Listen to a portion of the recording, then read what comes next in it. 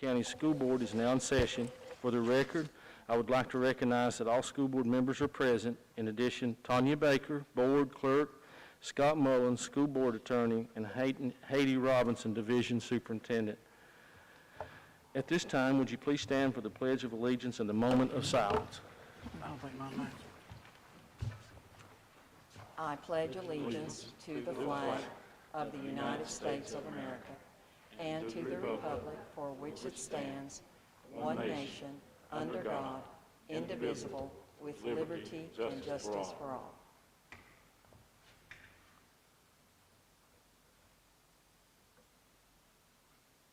You may be seated.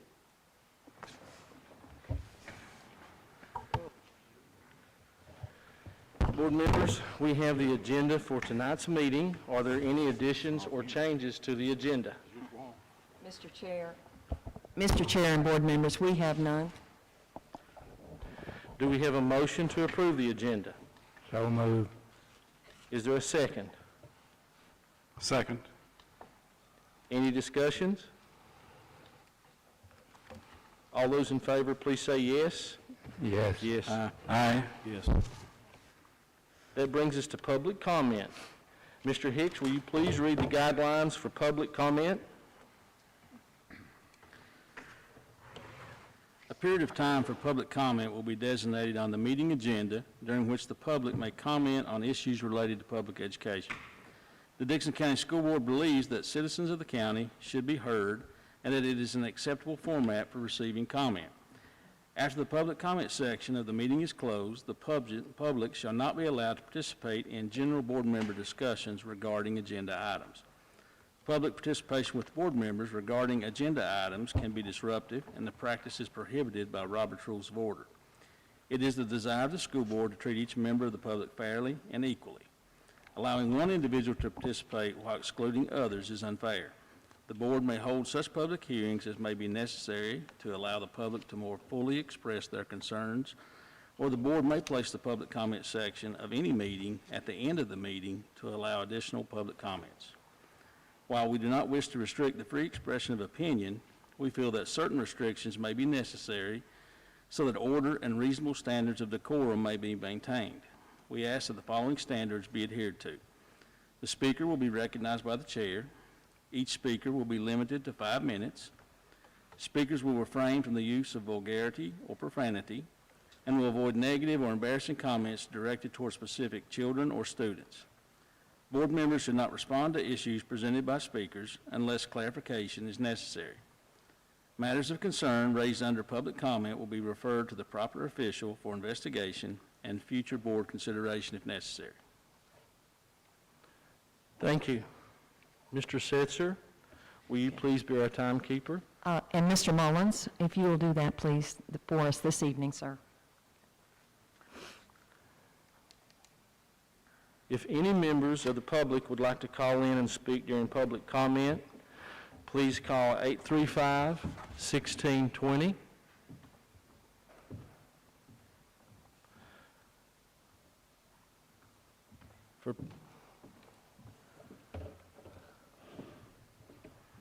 For public comment, we would like to recognize Kathy Music with VPE. If Kathy's here. She's here. And Phyllis Mullins with the DEA.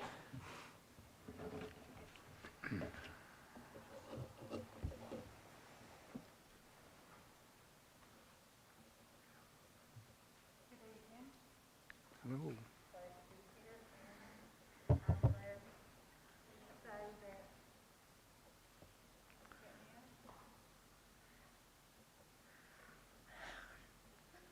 Thank you. Good evening. I'm glad to be here, and I am glad to say that VEA is working hard looking at state funding for the school districts and advocating for infrastructure. The DEA will be having a professional development workshop tomorrow evening with one of our legal people, Kathy Lee from Richmond, and I have several members who have signed up to attend that virtually. But also,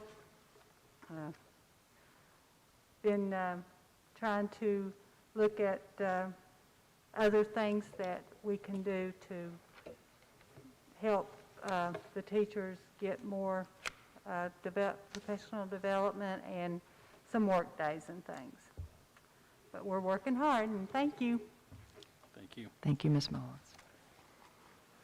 Is there anyone else who would like to speak during public comment? Again, the phone number for the public to speak is 835-1620.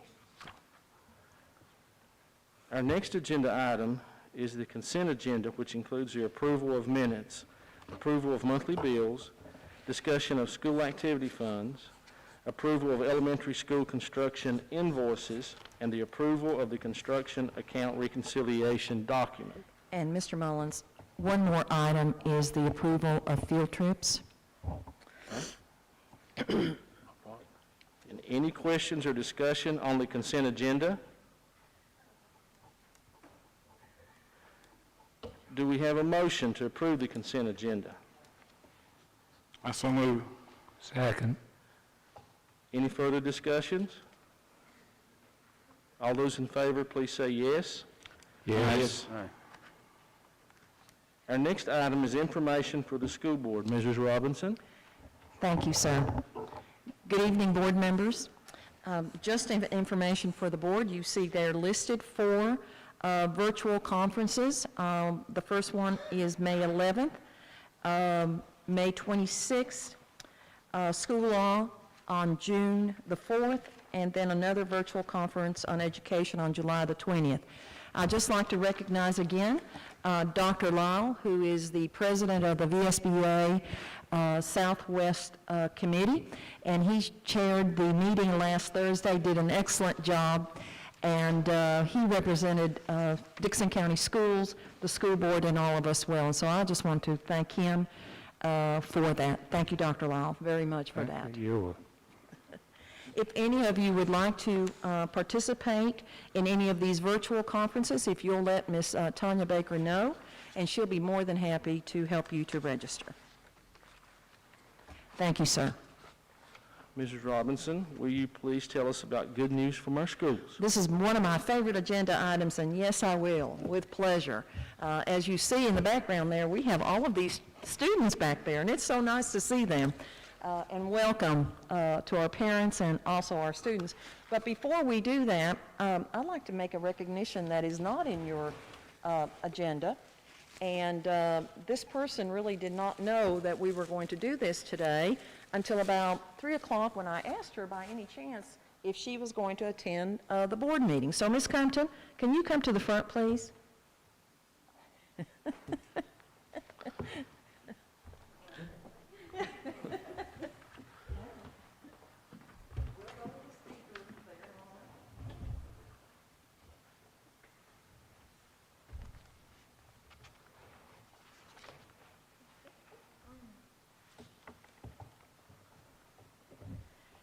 If I had told Ms. Compton that we were recognizing her, I would have gotten, I don't deserve that, all of those kinds of things. So just to make it short, I just said, are you going to be at the school board meeting tonight? Oh, great. Thank you so much. But ladies and gentlemen and board members, it's my pleasure to recognize Ms. Deborah Compton. Ms. Deborah Compton is being recognized today as as a director of the No Kid Hungry Social Hungry Virginia. She has, as you know, worked tirelessly during the pandemic outbreak across schools to feeding children and then requiring all the nutritional issues that have to be with that. So it is with great pleasure that I present this award to Ms. Deborah Compton on behalf of her work and her staff's work to feeding our children this past year. And it's my pleasure to present this to her from the No Kid Hungry Virginia chapter. Thank you, Ms. Compton. Thank you so much. Appreciate all you do.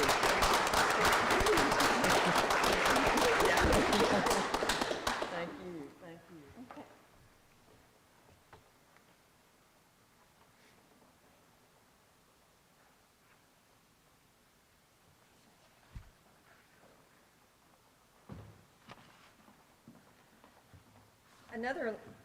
Another recognition that we would like to have is I'd like to ask Miss Joy Bryant Hall to please come to the front. I know many of you will not believe this, but I had Miss Hall as a student, and I am amazed at what she has done with Beta Club, and so welcome, and please recognize your students, and I understand that you're also going to be recognizing some other Yes. groups. And Thank do you you. want the students to come forward as the That'd be recognized? great. Okay. All right. So y'all hear your names, you come up here with me. Okay. We were very blessed and fortunate to be able to participate in the Virginia State Beta Convention this year virtually. And because of that, we had several students that won several awards, so we just wanted to recognize them this evening. Heaven O'Quinn was awarded a $500 state scholarship.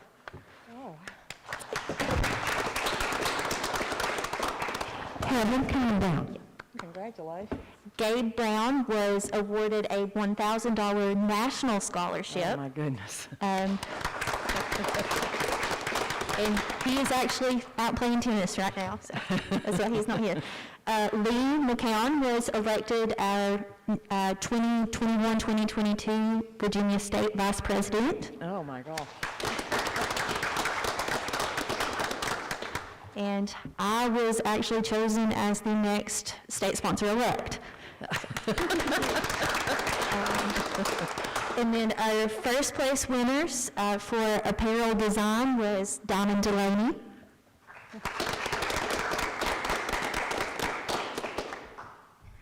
On-site painting was Cadence Lee, and she's also at a tennis match. Social studies was Landon Couch, who is also at a tennis match. Fiber arts was Chloe Mullins.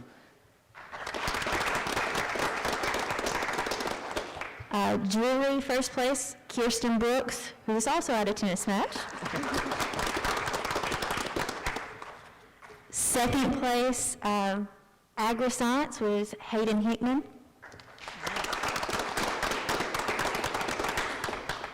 Our campaign skit also placed second. The members of that skit were Brady Mullins, Harmony O'Quinn, Heaven O'Quinn, Cadence Covell, Hayden Hickman, and Lauren Woods.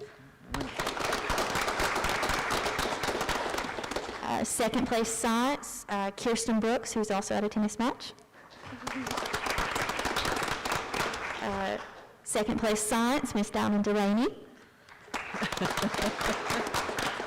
Digital art and drawing, both second place, Alyssa McCarty.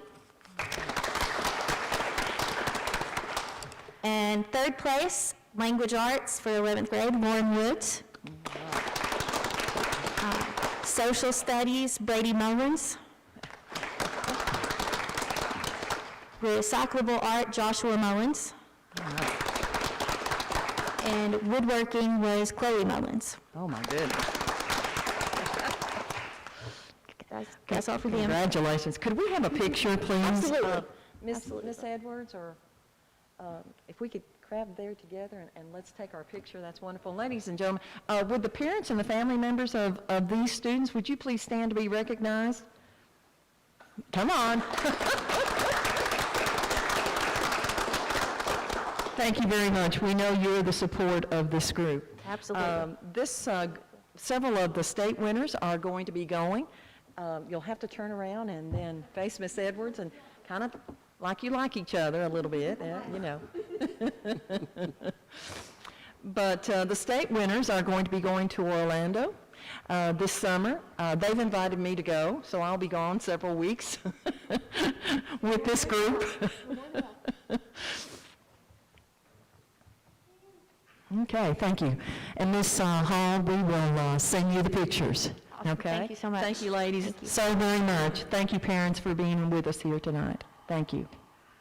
And while I'm here, I'd also like to recognize our Scholastic Bowl team. I am one of the assistant coaches along with Mr. Thomas Dingus, and our head coach is Adrian White. He also coaches tennis, so lots of people involved in tennis this evening. But our scholastic team made the regional tournament for the first time in school history this year.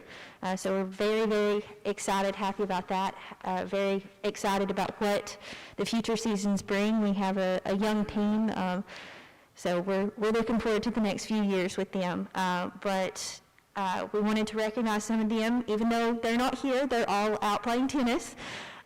David Farmer was selected to the first district team, the first region team, and scored 2,000 career points this season. My goodness. Landon Couch was chosen for the second district team, the second region team, and has 1,000 points, career points on this season. And then Brody Buchanan was chosen for the second district team and also scored 2,000 points for this season. Oh, my goodness. Thank you so much. Thank you. Thank you for coming. What a pleasure. At this time, thank you again for being here. At this time, we would like to recognize someone that is quite familiar to all of us, and Mr. Owens, would you please come to the front, with your guest? And Mr. Owens, of course, is our chemistry instructor at Ridgeview High School. He's also our robotics sponsor. He does a little bit of everything, and we're very thankful to have him and very appreciative of all the work that he's done. But I've shared this link, but Mr. Owens is going into a really great opportunity here, and with our students. And so, Mr. Owens, I'm going to let you just proceed and tell the board all about it, please, and our audience. It's really about some of the kids we have, here at Ridgeview. In March, we couldn't come back to school, so we tried to figure out a way to get the robotics team together. Like, how can we communicate, or what can we do?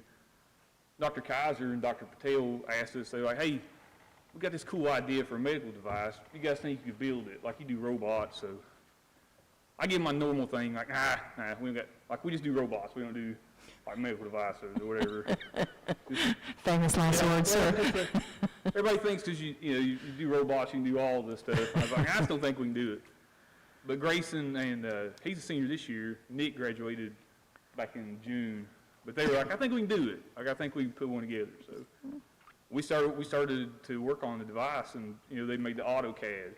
Like, learn how to do it. Like, learn how to do the engineering all on their own, watching videos and doing stuff online.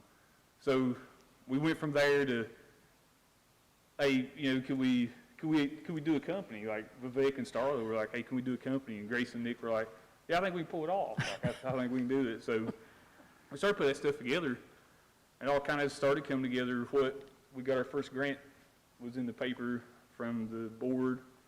So like, it's been going good. These guys, Nick and Grayson, are both inventors on a patent that we filed 2 months ago. Yeah. So Grace and Nick have both done a patent. They're co-founders in the company. Grace, I'll let him talk more about it here in a second, but he just announced he's going to go to Harvard, so he got accepted to Harvard. Nick's at Southwest. He's going to do the bridge program to go to Virginia Tech. Like, he'll do 2 years engineering at Southwest, his bridge program at Virginia Tech. So, I say it all the time. Usually I got a robot up here to talk about, but like, we have some of the best students, right? Like, if you talk with Dr. Kaiser, Dr. Patel, like, we have students that are willing to try, right? They'll try something that is outside of what we normally would try. And when we gave our CAD drawings to a company that's helping us to do the outside part of the device, they're like, oh, these are really good. Where'd you get them? I was like, one of our students did it. Or like one of the guys on the team did it. So, that's where we are. I'll let Grayson talk about some of the particulars of the device. So the device is basically an assistant for telehealth. So, you call a teledoc and you have to tell them what's wrong or whatever, but they don't have any real data to understand the full circumstance that you're having. So our device can give them a temperature, blood oxygen. It can take pictures of ear, nose, and throat, or skin lesions. And it also has a digital stethoscope to send heart and lung sounds. So the device communicates with an app. So all that data is sent to the app, and then you send the data to a doctor. So the doctor gets a password, types it in, they can look at all your data. You've already told them what's wrong. You don't even have to call them, but for like 5 minutes, and it just speeds the whole process up and also makes it more accurate.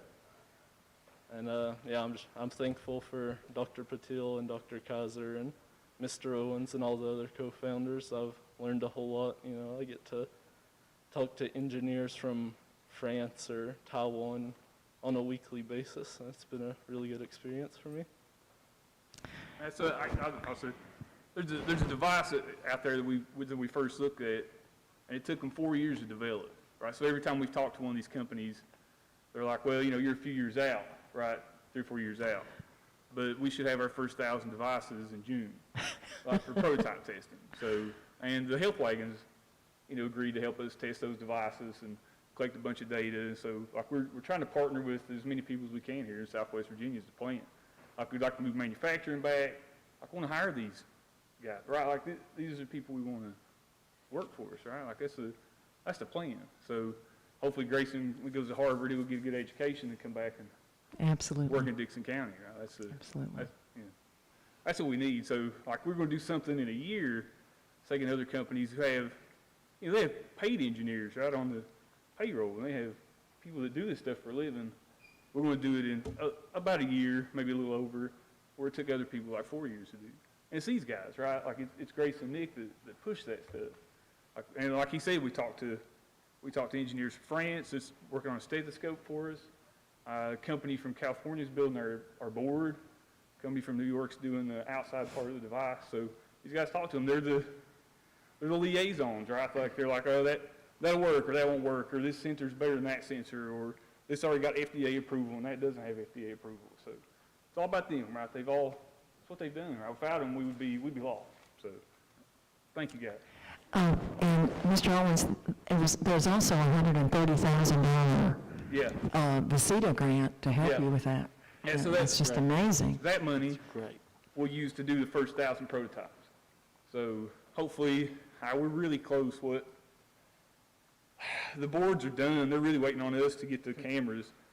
So the cameras came and we had to send them back. Or, well, the cameras came and then they went back. So we got to get them back. But they're waiting on us to do the 1,000, the first 10 proto boards, then we'll go on to 1,000, make the first 1,000. Hopefully on to bigger after that, you know, millions or tens of millions. But, yeah, they're working on another grant with NIH. Dr. Kaiser and Dr. Patil are. I think that's $250,000. It's just amazing. Yeah. So we'll use all that money. Like, it's all, like, none of us are, like, we're not getting paid for that. So we use all that money just to develop the prototype. So, yeah. I have been with Mr. Owens several times when we have had visitors, and that's the first thing he tells visitors and people that come to Dixon County, and it's a little dot on the map, and he always says, we have the most talented, smartest, best students in the world. We've got them, right? Like, we've competed with them in robotics. Like, we have them, you know, we'll have them working on new devices now. Like, our students can compete with anybody. Like, they're able. They're just as bright. Like, you know, I know I always say that, you know, the way you talk a lot of times, they're like, yeah. That doesn't have anything to do with the way we talk. Like, I don't know. So, yeah, we got the best kids. Like, they're right up there. Yeah. And we also have some of the best teachers, as you can well see.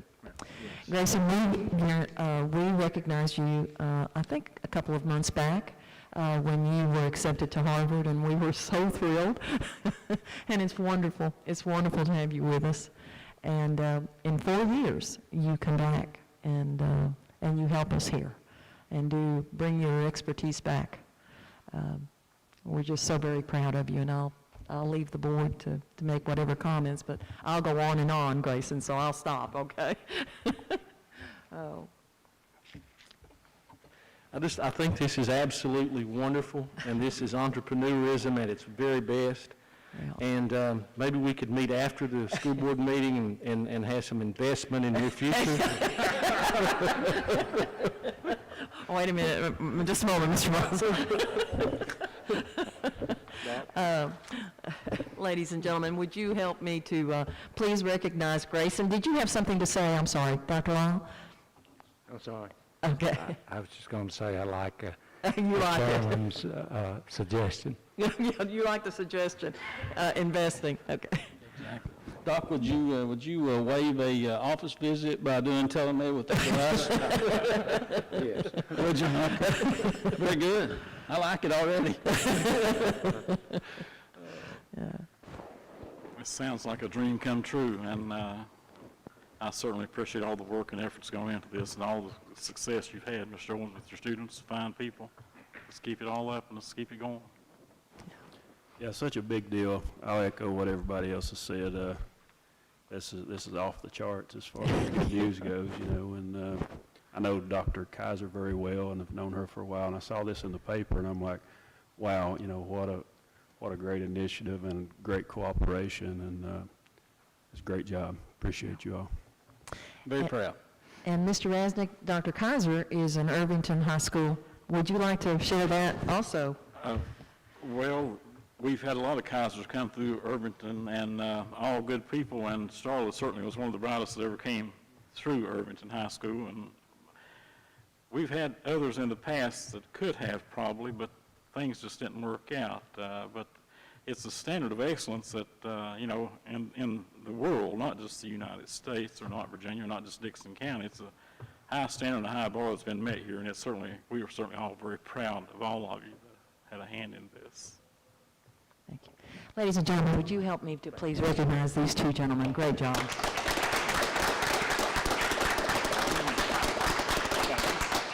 you, guys.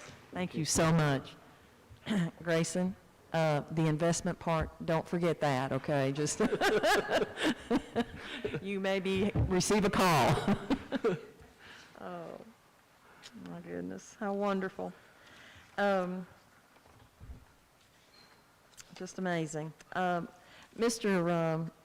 you again. Mr. Setzer could not be here with us this afternoon, but Mr. Mark Mullins is going to be doing the attendance enrollment data for March, and so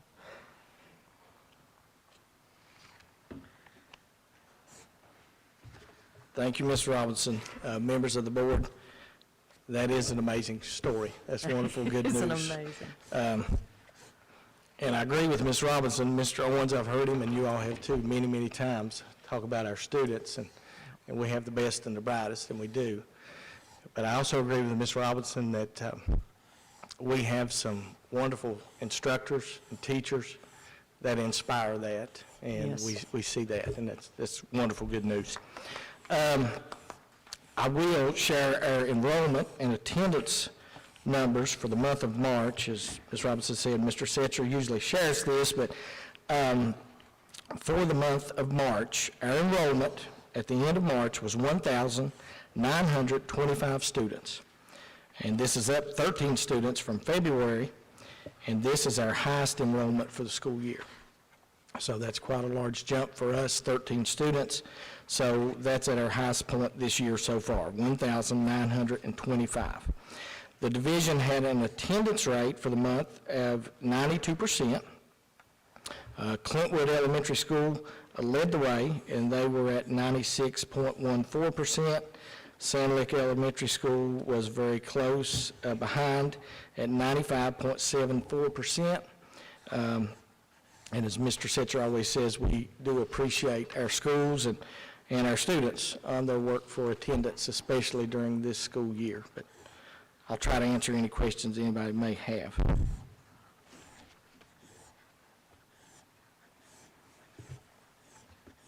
Thank you, Mr. Mullins.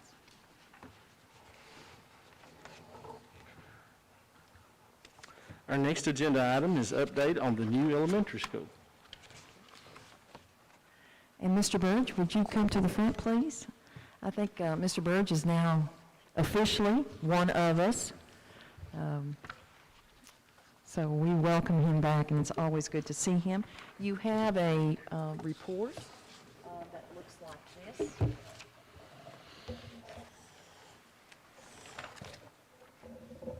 Mr. Burge, welcome. Good evening. Glad to be here and privileged to give an update on the school progress. The month of April, we made very good progress. Had a little slow start at the beginning of the month because we had to wait on the DEQ permit, but we received it on April 13th, and as soon as we got it, work proceeded.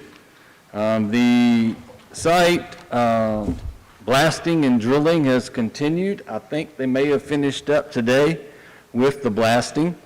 The building pad, we've had to undercut bad soils out. That is now complete, we think, and we can get a total on that to reconcile the numbers. And they've started putting stone in. The one wing that goes behind the middle school is pretty much on grade, subgrade, ready for footers, and they are continuing to work on the other side along the east side of the building. There's a lot of stone we got to put in, but it's progressing well. The plan for next week is to start footers midweek if everything goes as continues, and then we'll be starting our CMU and our IFC walls right after that. So the project's moving well. The project's on budget, within budget, and the schedule is still saying we'll be done late summer next year. Are there any questions?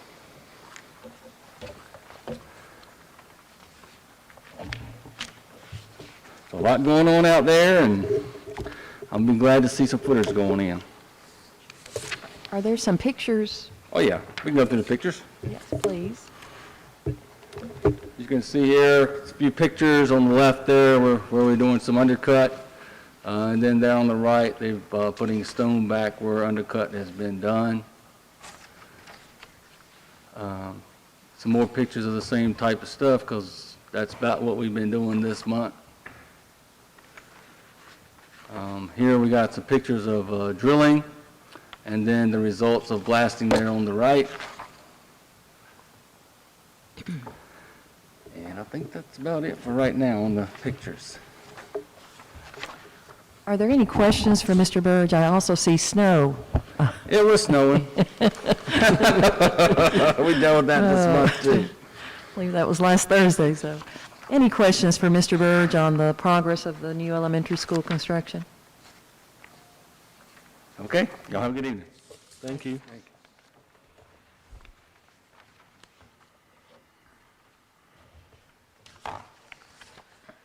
Next update on the FY22 budget, Mrs. Robinson. I'll let Mr. Mullins have an opportunity just to distribute that.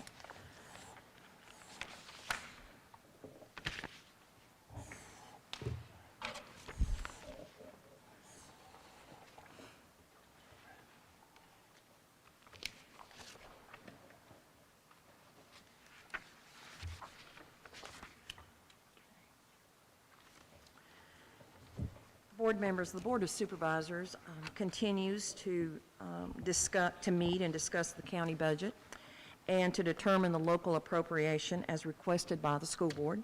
The school board has a follow-up meeting at the request of the Board of Supervisors this coming Friday, April the 30th, at 1 p.m. for further discussion. Our priority for the budget remains to provide the best instructional program for our students, and number two, to hire and maintain the best qualified staff for our school division. The process to revise the salary scales is underway by providing a 5% increase, including a step, to all of our employees. Just to kind of give us a picture of where we are.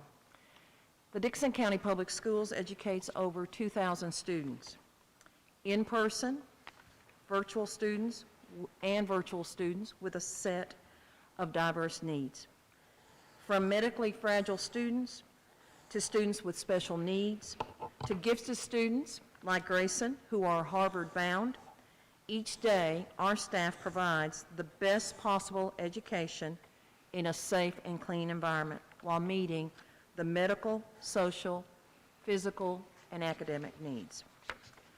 The Dickinson County Public Schools is the second highest employer in the county.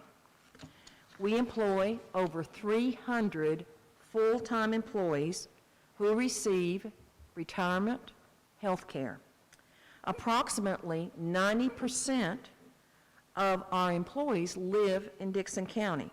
They pay taxes in Dixon County. We also employ approximately 60 part-time employees. 83% of the school division's budget is solely for staff and staff benefits. Throughout this pandemic, teachers and staff have been and are the superheroes. You've met some of them today. They are the ones who have helped to keep it together and bring some normalcy to children and their families. They've taught face-to-face, virtual, fed families, worn masks, received vaccines, sanitized classrooms, and made constant adjustments in an ever-changing and demanding COVID environment. Teachers and staff throughout the county are exhausted, but their superhero capes are a little tattered and worn, but yet each day they come to work with our children. With 83% of the budget going to payroll and payroll benefits, Dixon County Schools employs over 300 of the best. What if the best leaves and there is no one to replace them? The teacher shortage is real. It is a reality that we are facing in Dixon County. Dixon County Schools is run efficiently, but it requires a significant amount of funding to operate a school division, educate children, and pay staff. The economic issues that the county is now facing will not be resolved in 1 year or, as we have heard, by cutting the school division significantly. We hope that the school board and the Board of Supervisors will work together to make the priority of educating children, maintaining a quality staff, and providing jobs for our citizens. In that perspective,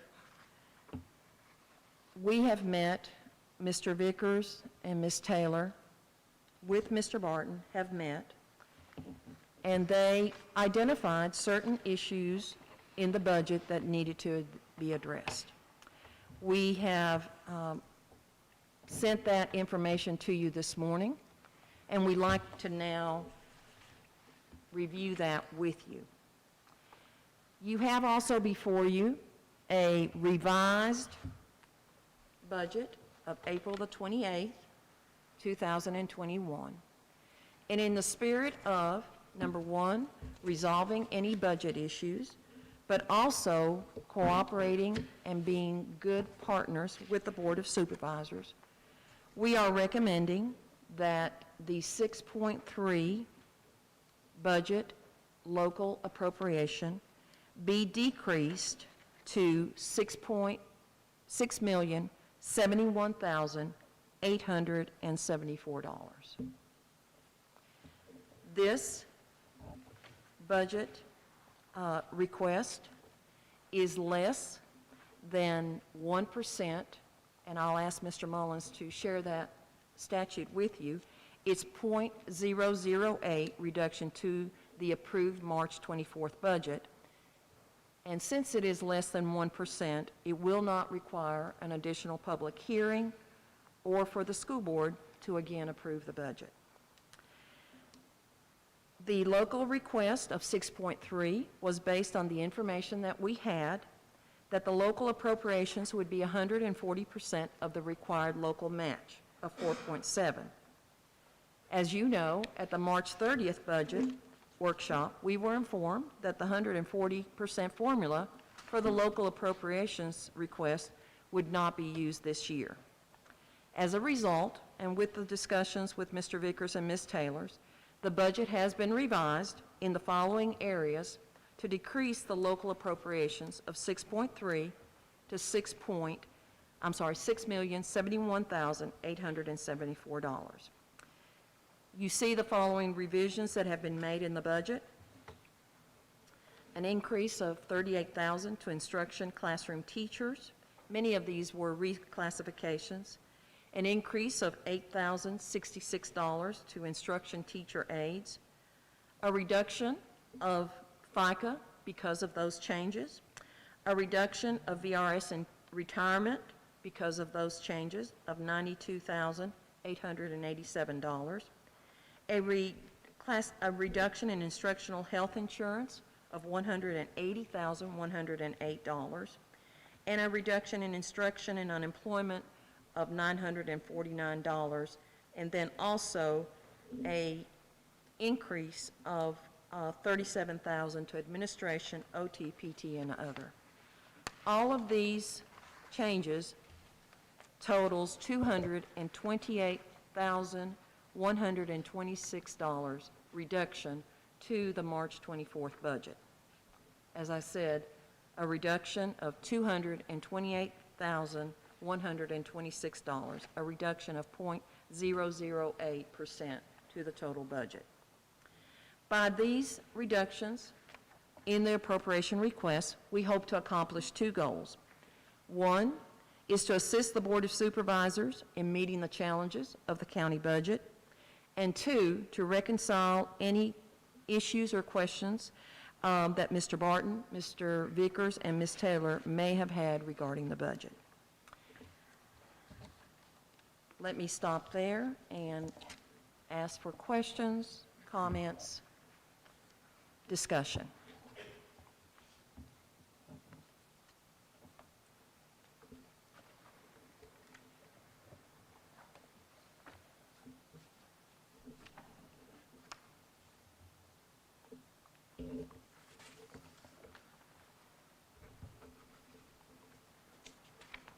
Scott, you were going to speak to the threshold of when it would require action as far as less than 1%, is that what it is? Yeah, there's actually just a Virginia Code section that allows minor changes to be made, and it's a 1% threshold, and as I understand it, we're well underneath that.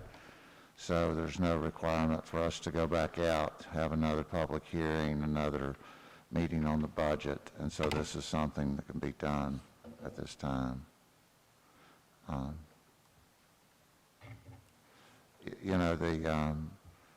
think that the 1% is there to basically acknowledge that there's always, on something of this magnitude, there's going to be some tweaks toward the end, and so that's what this is.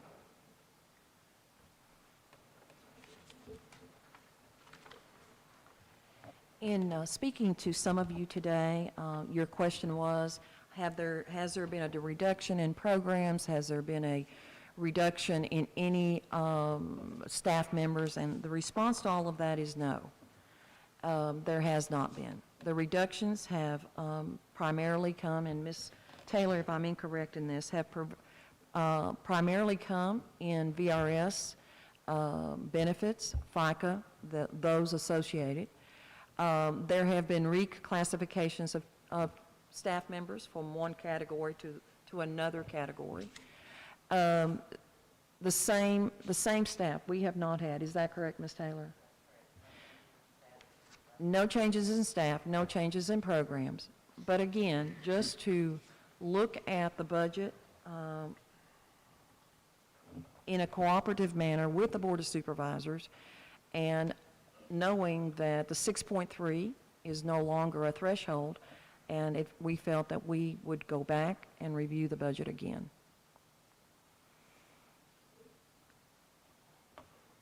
It looks like the school system has done a good faith effort to reduce the budget.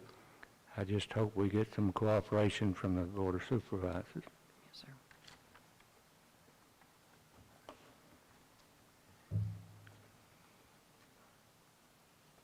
Other questions or comments?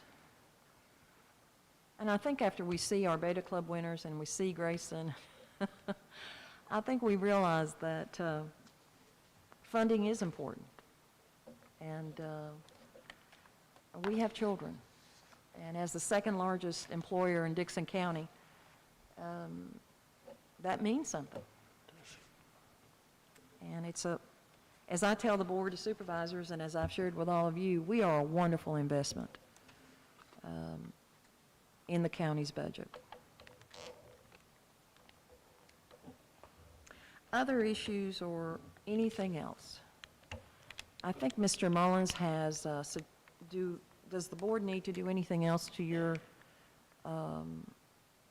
No, I think this was simply to make the board aware of what was going on with the budget discussions. Obviously, this is not the end of those discussions, and the Board of Supervisors will be evaluating this and, you know, letting us know their position. I think the thing that I say this every year, but with a budget like this, you always wish that there was a line item for contingency, because to look into the future and know all the uncertain things that can happen, we never have enough contingency for me to feel good about going forward, unlike the Board of Supervisors or unlike entities that can raise money or borrow money. You know, this is the extent of the money we have available. It's a scary thing. If we were a business, we would have a contingency in our own household and daily living. We have a contingency, and so it's a very significant thing to put together a budget. It's particularly scary when you're cutting down to the bone to try to get through the next year. I also would just like to recognize Mr. Vickers, and he did an excellent job in the budget. He came in January and picked up and did that, and he has presented to this board several times. He also presented to the Board of Supervisors. I also like to thank Mr. Barton, who did an excellent job last year in the budget, and who's helped us with that. But this is where we are, and we want to be I guess the word is we want to be a partner with the Board of Supervisors, and if the budget is such in the county and 6.3 is no longer the threshold, then we will revise our budget and be a partner with them in this journey. Other questions or comments? Any other?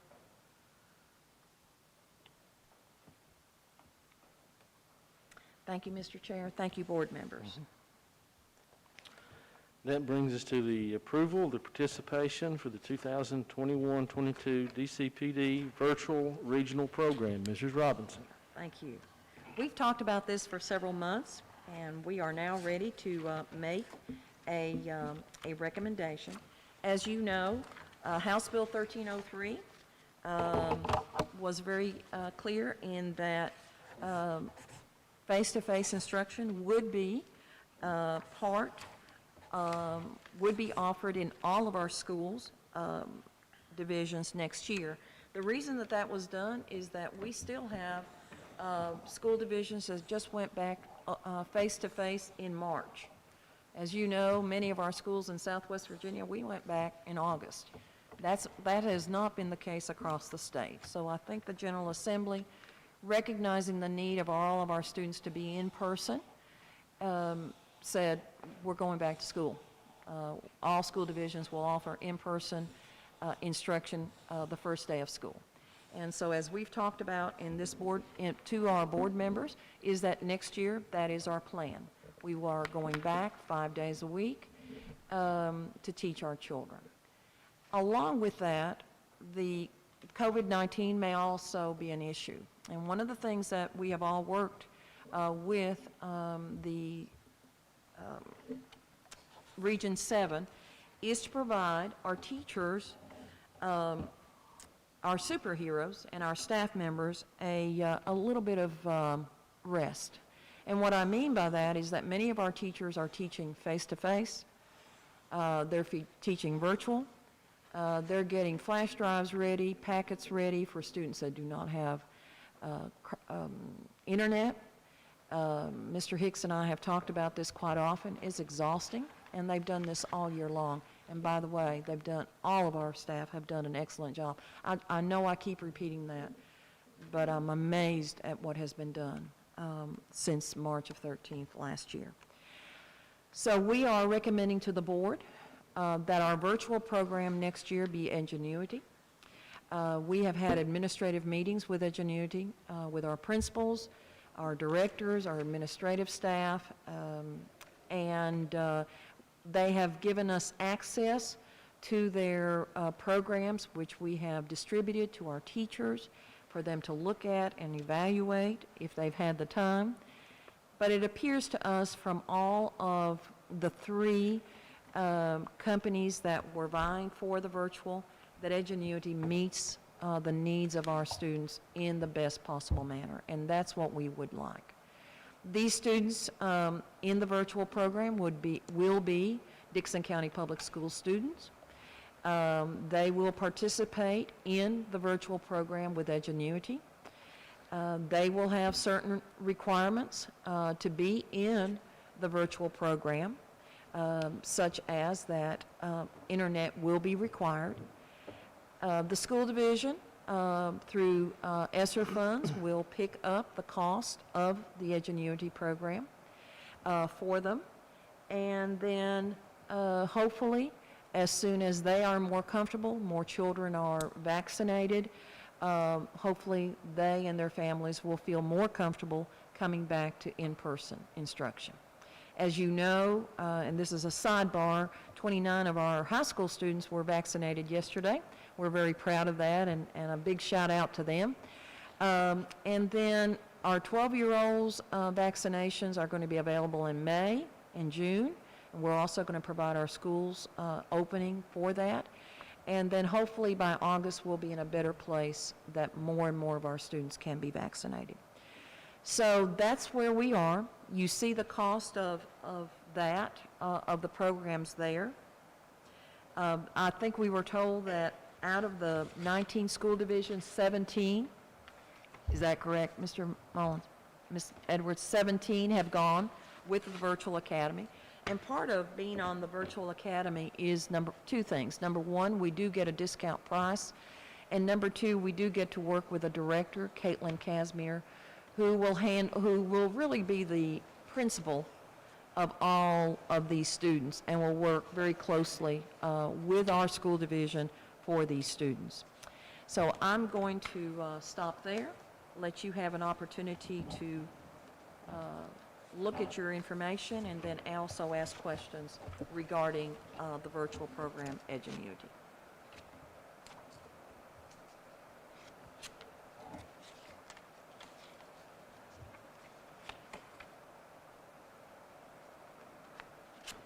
Mr. Robinson, the DOE is supposed to come with maybe some benchmarks and those things that we've seen.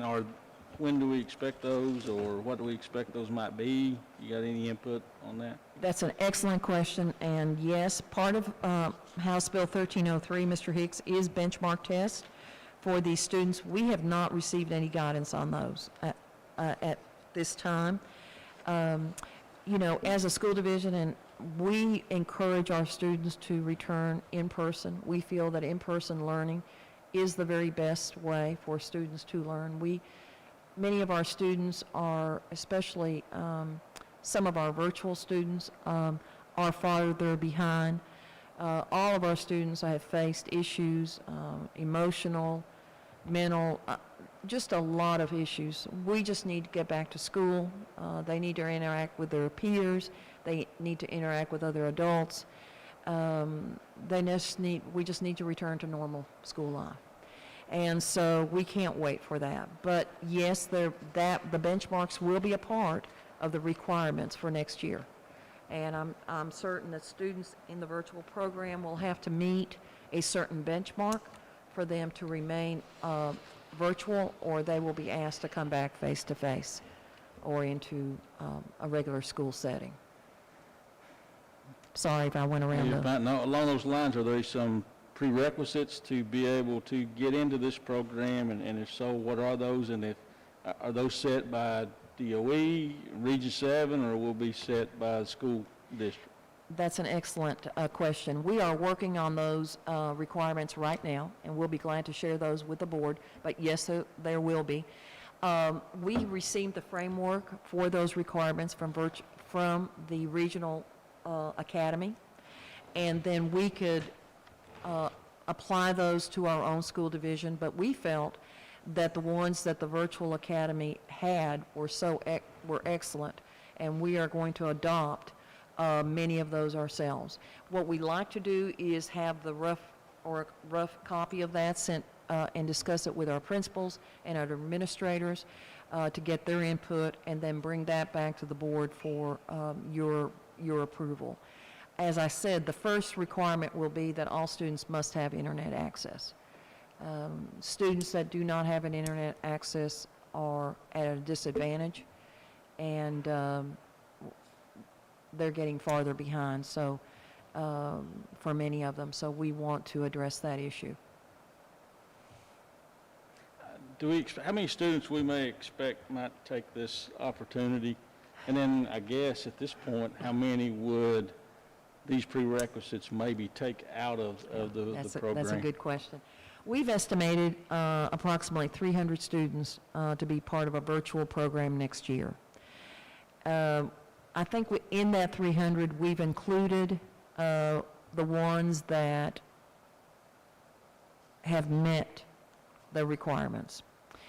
We feel that we'll have more students that perhaps will apply and request to be in the virtual program, but for one requirement or not, may not be eligible at this time to do that. Students will have the opportunity to be in the virtual program for 1 year, for 1 semester.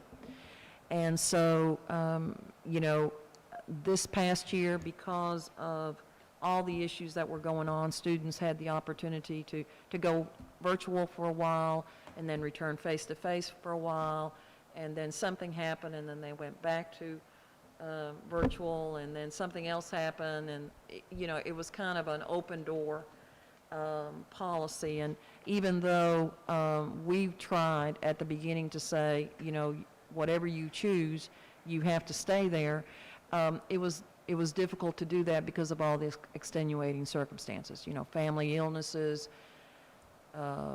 grandparents that could be exposed to COVID. I mean, there were a lot of issues there. And so we, and I will say I did not follow my own recommendation. But with Edgenuity, there will be an opportunity for students who want to go virtual, and then with a commitment that they will remain there for a year or a semester, and we recommend a semester. And then at that time, they can go again with virtual, or they can come back face-to-face, which we hope that they will.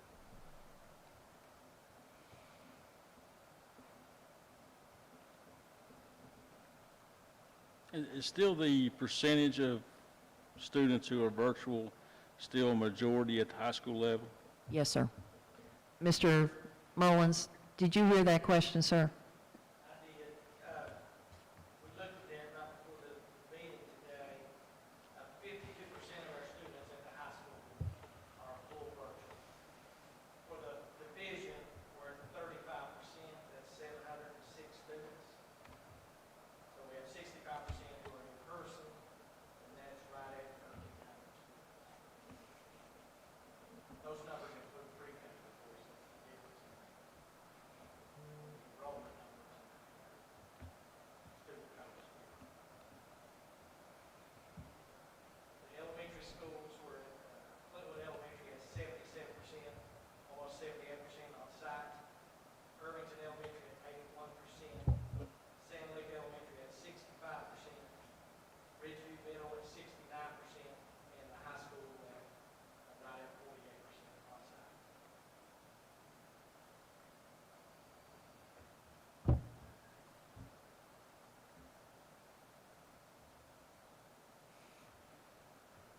Are we answering your questions, Mr. Hicks?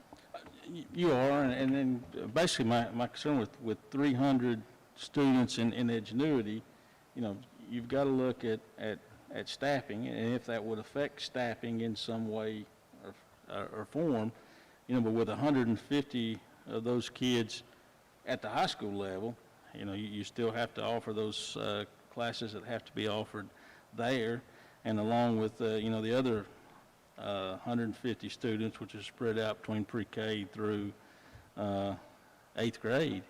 That's not that many, I guess, per grade that is in from middle school down to pre-K that are in the virtual environment. And that's a very good point. I think there's a thought that, okay, you have 300 students that go virtual, that way you can reduce your staff. At the high school level, there are very specific courses and very specific endorsements that the students have to take. So that will be very difficult to do there. The other part of that is that the ESSER funds that have been provided,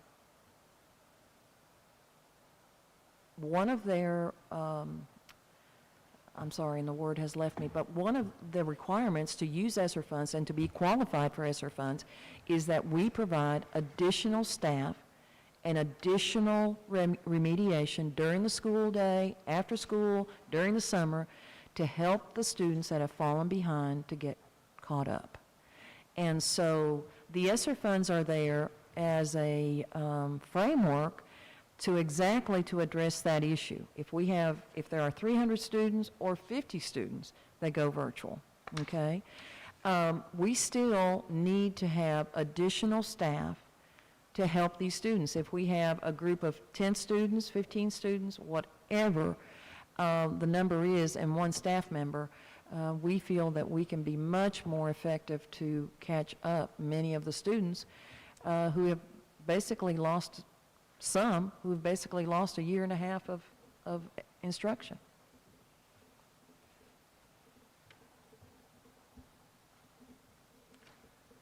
All right, one more question, I'm going to be done. Please, I know, please. every time we talk about this, I ask way too much. No, please ask all the questions and make certain that I answer them. For our staff, Yes, sir. what will they ask to be due to support students in the Edgenuity program, or if any? I know that we've dealt with from the beginning of virtual students who just haven't logged on, students who have not, just not turned in work, or students who maybe just need a little extra. Is Edgenuity going to lead all that up and take all that, or will we be making phone calls home and those things to those students? That's an excellent question, and Ms. Edwards and Mr. Mullins make certain that I answer this in that. With all of the meetings that we've been in, Mr. Hicks, Edgenuity and the executive director will be the initial people that will address those issues. Our teachers are not going to be responsible to calling a child in Edgenuity, why are you not doing their work? They will handle the attendance. If a child in a virtual program is not in attendance, then they will make the contacts, and then they will inform us, which will be at the central office. But as far as our teachers, our staff being responsible for a child to turn in their work, the answer is no. The only issue that I see would be the attendance. But as far as that they're not turning in their work or they're failing or any of those things, they will be the first contact, and I think that's the way Ms. Casimir explained it. She will be the first contact, and at that point, if that family or those children are not cooperating, then there may have to be a conversation with the director that says, it may be best for you to return in person. Virtual, it does not seem to work with them. Mr. Mullins, Ms. Edwards, was that your understanding?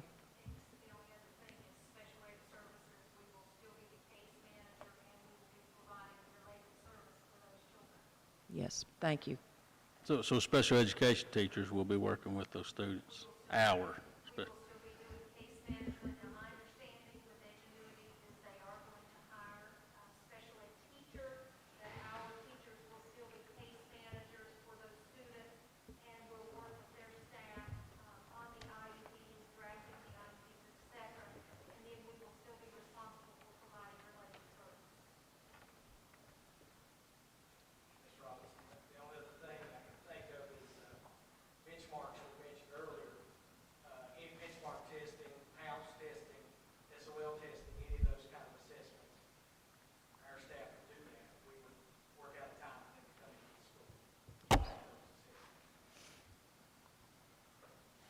But as far as a child is not turning in their work, for example, that will be the responsibility of the Edgenuity and Casimir. Is that your understanding? Do you have information as far as Region 7 as a whole, or everyone going with Edgenuity? It varies, and I don't have that information. Out of the 19 counties, 17 are going virtual. I know that neighboring counties, school divisions, are leaning toward Edgenuity. Some are doing all three. They're giving parents Edgenuity, Virtual Virginia, and Stride. The issue that we have with Stride is that we have to accept over 600 non-resident students. And so that has, as I've shared with the board, that is a concern for us. You know, special education, all of those types of things. That's an issue. Virtual Virginia is a Virginia Department of Education program. It's an excellent program, but we felt that it's very stringent, and many of our children do not do well on with Virtual Virginia. We felt that Edgenuity appeared to be more supportive, more parent-friendly, more student user-friendly for the students, and we liked what they had to offer for our students and felt that that was the best, of the three, that was the best program to meet the needs of our students. In a conversation, I believe, with Mr. Monteith with Edgenuity, he shared with me that there were 8 to 10 school divisions that were going with Edgenuity. Now, some are going with others also, but Edgenuity seemed to be, you know, one of the choices.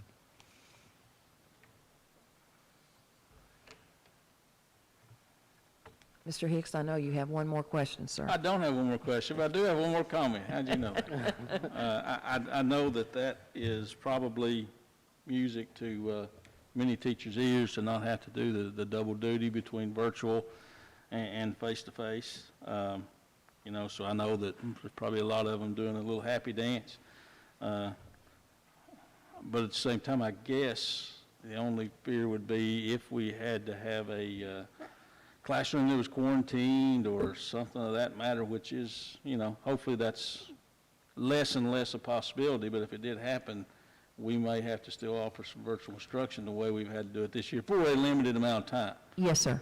And that, we have already discussed that because, as you know, I can't remember which House bill it was, we get 10 days, Mr. Mullins, that we can use as virtual days instruction. So on those virtual days instruction, those students that are face-to-face, we would do the same thing that we did this past year. We would have a virtual day, and those students they will have their Chromebooks, and our teachers are already familiar with Google Meet and all of those kinds of things. And so that day, instead of missing a day of instruction, they will be able to provide instruction through the Google Meet. So that will take care of those 10 days, but then we will also have students that, you know, may be quarantined, and we have to provide that same instruction. Yes, sir. Okay, nothing from me. Are you certain? Awesome. I don't know if I believe him, but thank you. That's good questions, and thank you for helping us to clarify that. Sometimes it's clear to us as mud, but thank you for that clarification. Any more discussion or questions? Mr. Mullins and Ms. Edwards, did I miss anything? Mr. Mullins? Yeah. Ms. Edwards, thank you. They have been in meetings with us, and so has Mr. Setzer, along with principals and that, and I think the consensus was the Edgenuity. I think Ms. Muncy and Ms. Muncy and Dr. Muncy and Dr. Neese have also been a part of those discussions.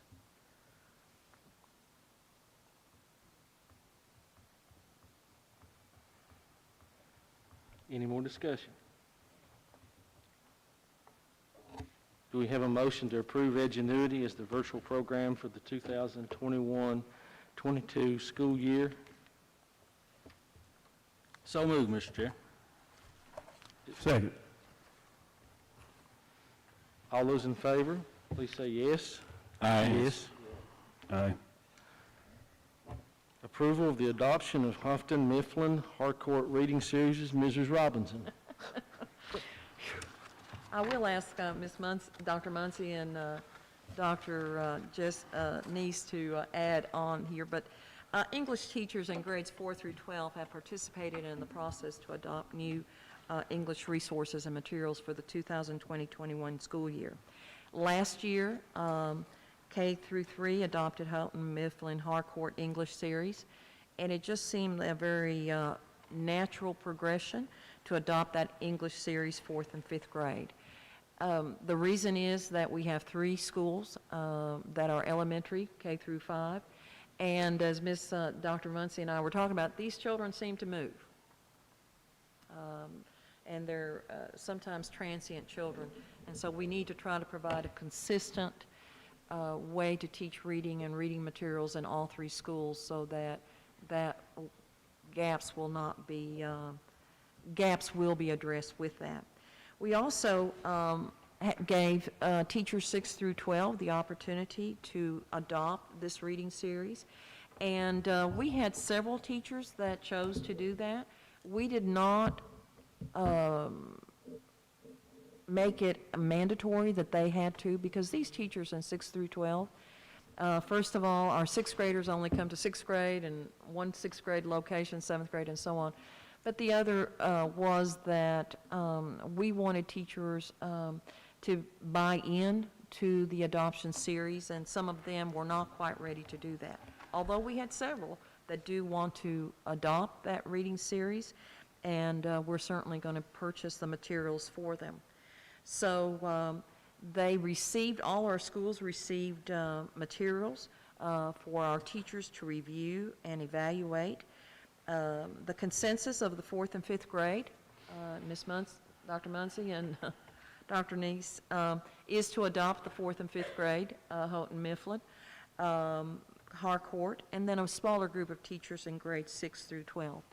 So we do have textbook funds that will cover the cost of that, and you received the proposal for that. We're recommending that the school board adopt Houghton Mifflin Harcourt for 4th and 5th grade, and also selected teachers in 6th through 12th grade who have requested these materials. We want to try to do this now so that we can order the materials we need, and then we will have the materials in August. One thing about these materials, which have been wonderful, is all the virtual information that it has, and so it will greatly, again, assist our teachers and provide a lot of support for them. So, Mr. Mullins, Mr. Chair, we just need a discussion, and so if at the pleasure of the board, a motion to adopt that reading series. Any discussion or questions?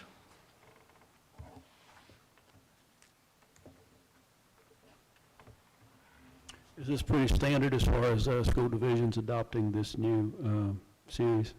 Yes, sir, it is. Approximately every 5 to 7 years, the Virginia Department of Education releases a list of proposed adoptive materials. School divisions can adopt the materials. Others choose not to because there's so much information now available to teachers. But especially with reading and the spiraling of skills, just that consistency through K through 5, we felt it was very important that K through 5 students have the same materials. Teachers would have the same resources just for the consistency and to help our students learn more efficiently. So yes, sir, to answer your question, yes. Thank you.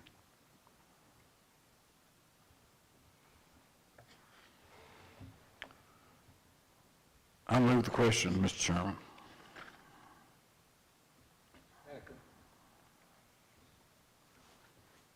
Any discussion? All those in favor, please say yes. Aye. Yes. Any opposed? Motion carries. Discussion of the collective bargaining process. Mr. Scott Mullins. Mr. Chair, members of the board, you have some materials in your handbook. I really have three very brief comments to make about the collective bargaining process. First and foremost, it's not something that we should dread or fear. It's actually something that we should embrace, and it's simply another opportunity for us to have a channel of communication with your employees. And so overall, I think that the board should just view this as a positive opportunity. That's the first thing. Number two is I think we're all learning. This is a relatively new law. Fortunately, no action tonight is required on your part to vote on it up or down one way or the other.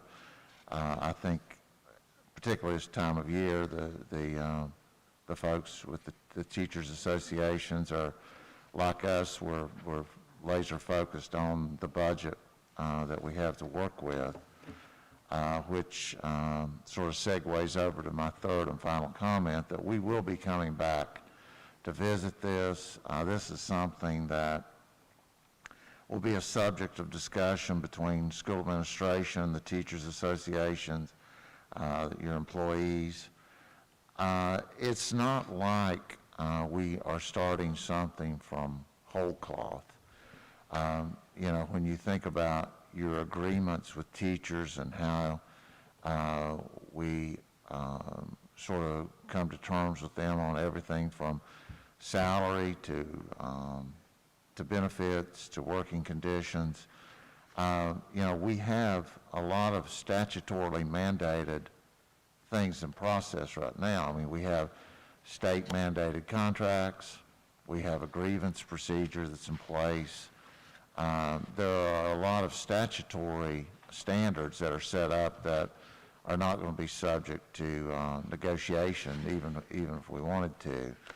But there are a lot of other things that are left out there that we can talk about. And so just know that this is something that we'll probably be talking about again after we get past the budget discussions in upcoming months. Just know that it's not something that we should have any dread or fear about. It's just another opportunity to talk.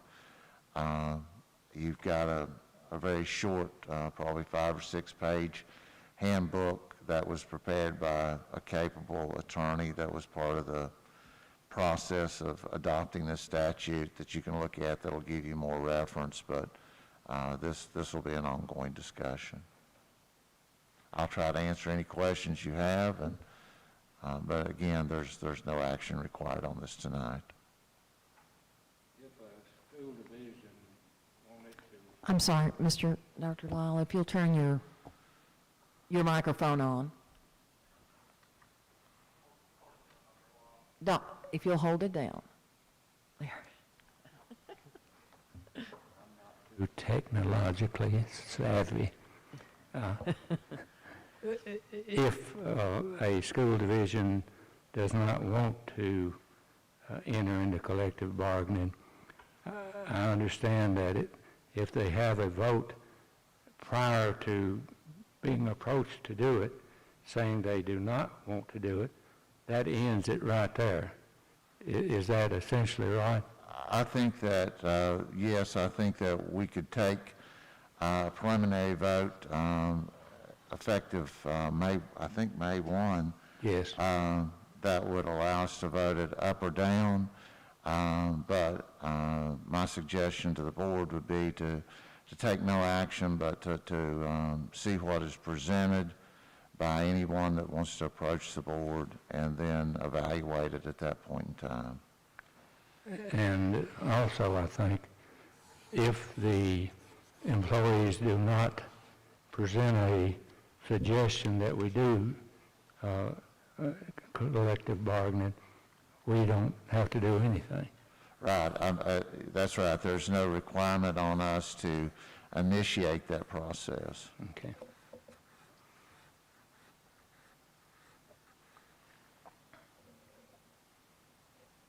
Any other questions? Thank you. Discussion of the 2021-22 Special Education Plan and Budget. Mrs. Edwards?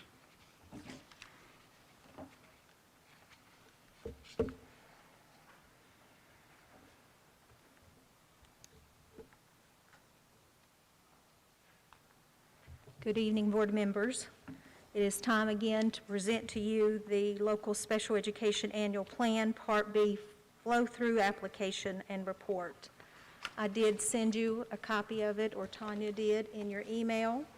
I hope you were able to review it, and I will be glad to answer any questions that you may have.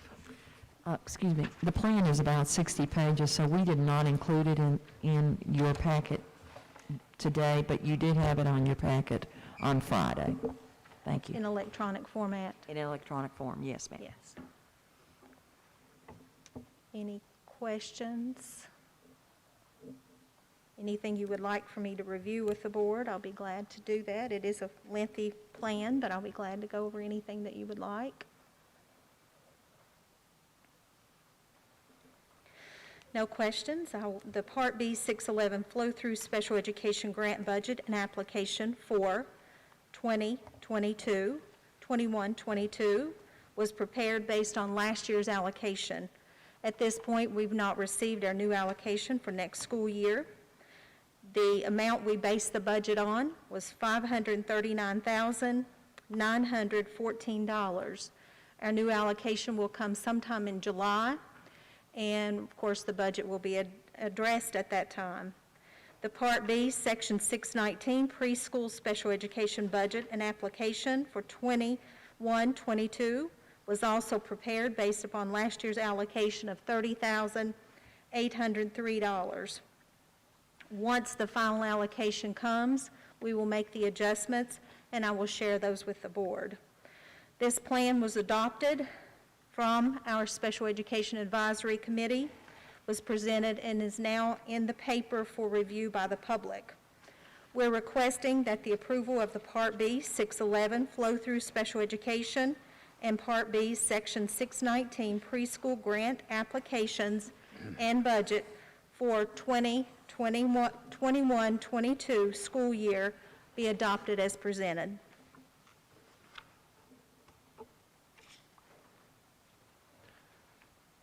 Any discussion or any questions? I move we approve the 2021-2022 Special Education Plan and Budget. Second. All those in favor, please say yes. Yes. Any opposed? Motion carries. Thank you. I also have the local plan for career technical education, our Perkins plan, and it was sent to you electronically as well, and I'll be glad to answer any questions about that plan that you may have. Again, our final allocation has not yet come through. We had a meeting today from our regional CTE directors. It is a little delayed. They anticipate that we may get it the 30th of April. Not sure at this point, but until we get it, our allocation was based upon what we had last year. Any questions from the board? Okay. Ms. Edwards, what was the allocation from last year? The allocation for the 2021 school year was $55,367.56.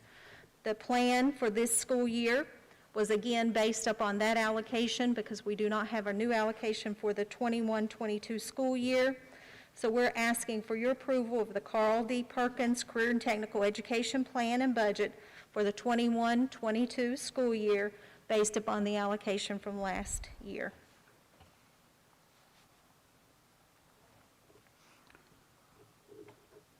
I move to approve the request and plan. Second. All those in favor? Aye. Aye. Any opposed? Motion carries. Thank you. And again, this plan was presented to our district CTE Advisory Committee and approved by the committee. And I just want to finish by saying how proud I am of our CTE teachers, our programs, our students. It's amazing what they've accomplished, what you see that has been done this year. Our teachers had to create and draft lessons, send home activities. Our robotics classes, we actually had to send home robot kits. We had to do all kinds of things, and I am so very proud of our teachers and our students, and I just want to commend them, as well as our special ed teachers. When you think about what our staff has done, it is absolutely amazing. I know we'll look back on this in 10 years and wonder, how in the world did we do that? But it's because of our teachers, because they've worked so hard in coming up with activities and putting things on jump drives and creating things that we never even knew that we had to do. And it's just amazing what they've done. So I want to commend them. Thank you. Thank you, Ms. Edwards. Approval of the proposed minimum wage increases for part-time employees. Ms. Taylor?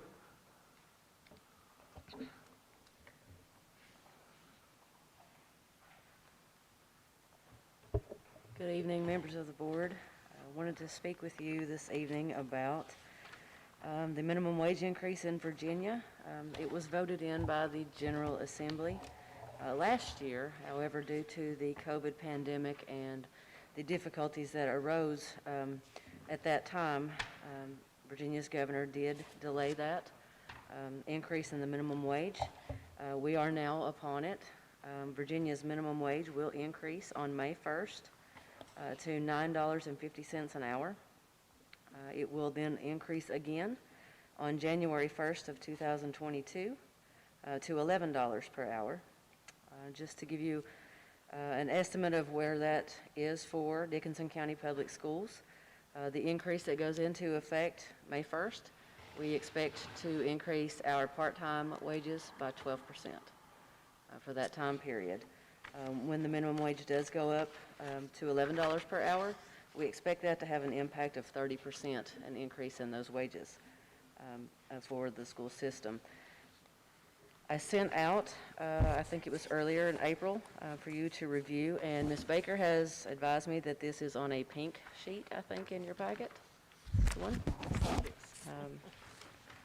So if you'd like to look over those, this proposal for part-time and substitutes rates is a collaborative effort between myself, the directors, the superintendent. There was input from all areas on that. The left-hand side, of course, is where we are today with our current rates. The middle columns are those proposed rates based on the date that they would become effective. And then on the right-hand side, you'll see it's just a calculation of those amounts converted to hourly to ensure that we are in compliance. Does anyone have any questions about the proposed part-time and substitute rates?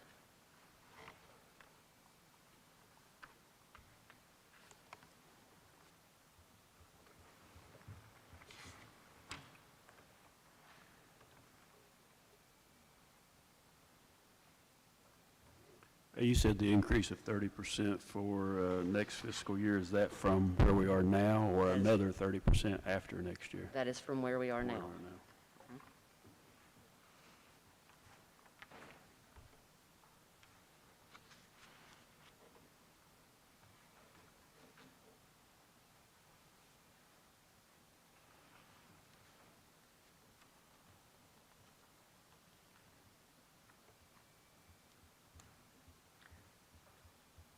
Superintendent Robinson, was there anything that you wanted to add? No, Ms. Taylor, thank you. Any questions or further comments? We've talked about this. We've talked about this, but we were hoping it just kind of came, and here it is, and on Monday, May the 3rd, it goes into effect. And so here we are.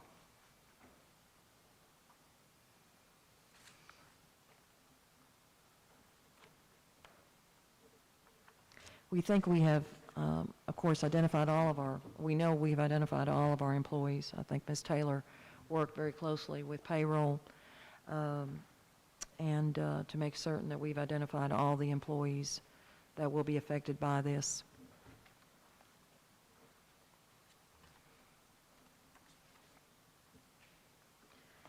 And we have approximately 60 part-time employees, is that correct? 60, yes. And then, of course, the substitutes to teachers and staff, and that will also impact this.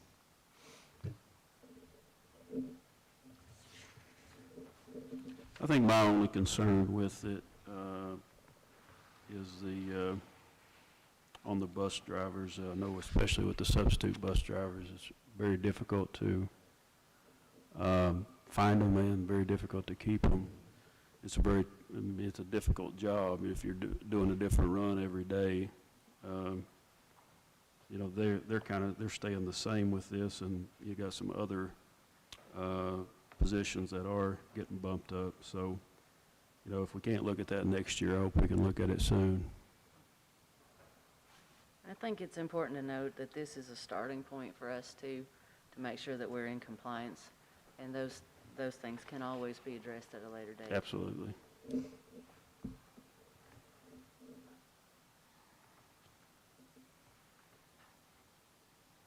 And that's a really good point, Mr. Hackney. We did debate that quite a bit. As you see, with their hourly rate, it is well over the minimum wage requirement on May the 1st and also over on January 1, 22. So not knowing how this will impact our budget, we felt that at this time we would recommend that it would remain as it was, and then certainly at the board's pleasure we can look at that again.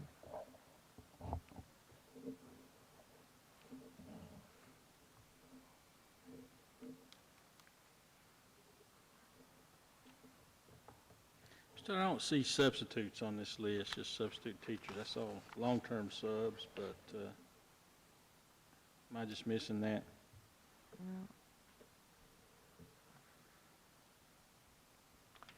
Non-degree teachers, Yeah, they're listed as teachers. that would be the substitute. Okay, gotcha. Lines 3 and 4. Yes, sir. Thank you. That's the third line down. And then, of course, we would have the degree teachers and then the long-term teachers with a degree.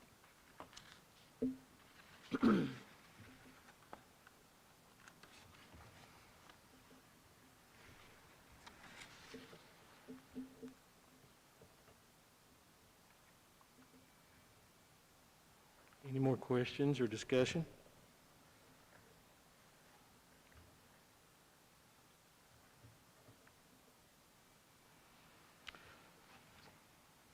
I would just like to ask, I guess, this rate that goes into effect in the coming years is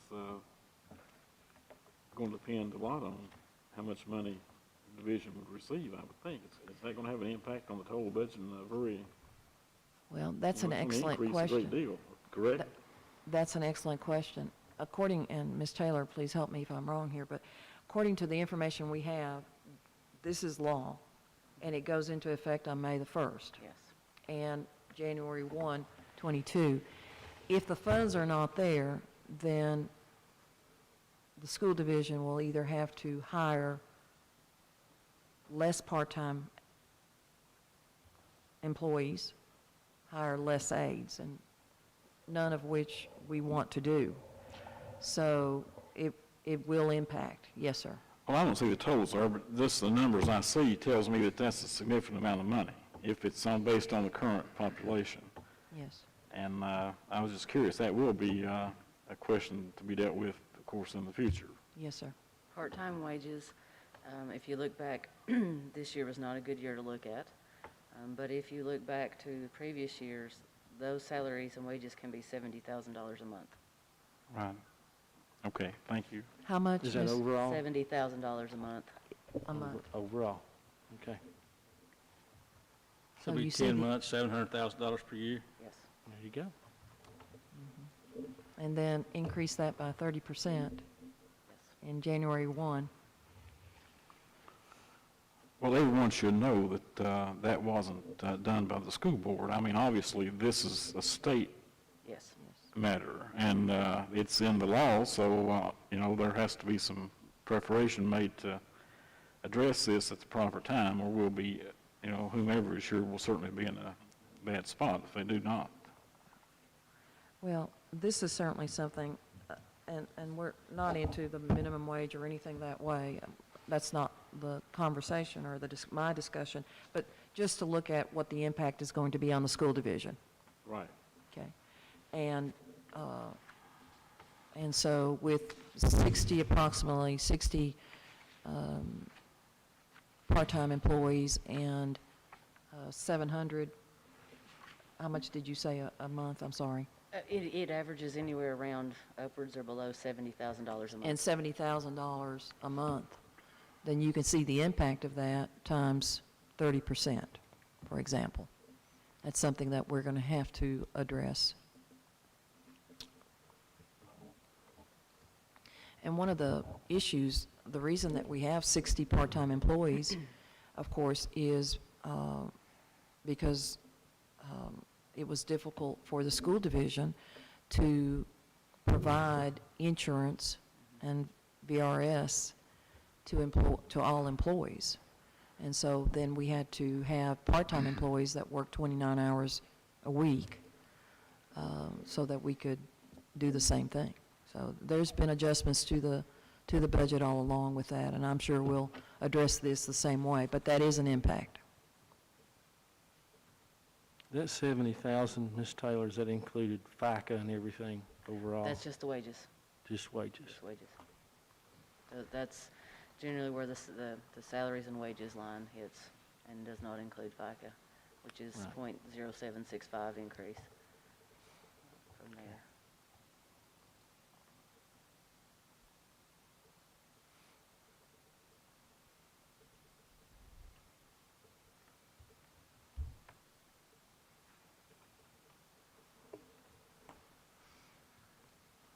Any more questions for Ms. Taylor?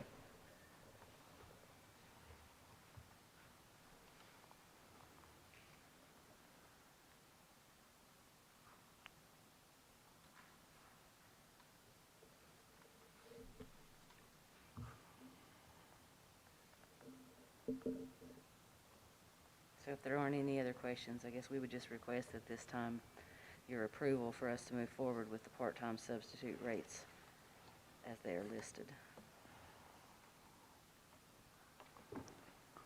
Mr. Chairman, I will make that motion. Do we have a second? Second. All those in favor, please say yes. Yes? Aye. And with the understanding that this is state mandated, it's in the law, it's not something that this board chose to do. Yes, sir. Correct. And make that clear. Yes, sir.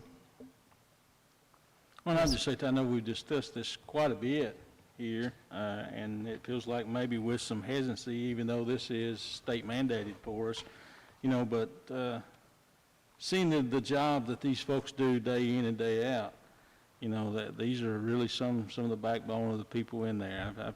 You know, we see age that make a difference in some kids who are struggling every single day, and they do that for that minimum wage. And same goes for bus drivers and all the other folks there. And I'll try not to do too many because I'll leave somebody out. But seriously, if you've not seen some of these aides and things work in these rooms with some kids, you know, they're worth their weight in gold.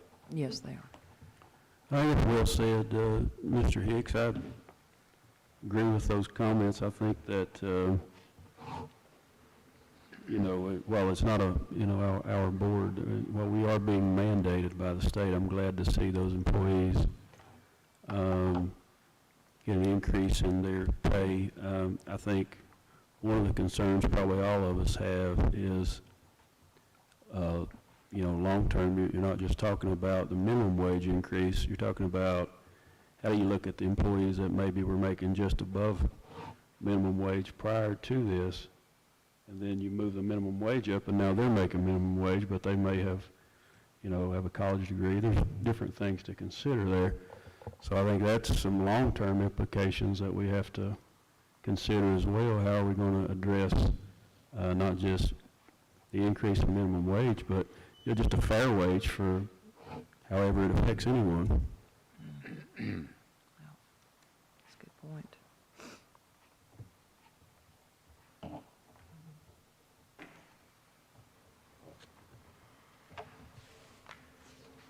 All right, that brings us down to the approval of the third-party administrator for health coverage, Dr. Muncy and Dr. Neese.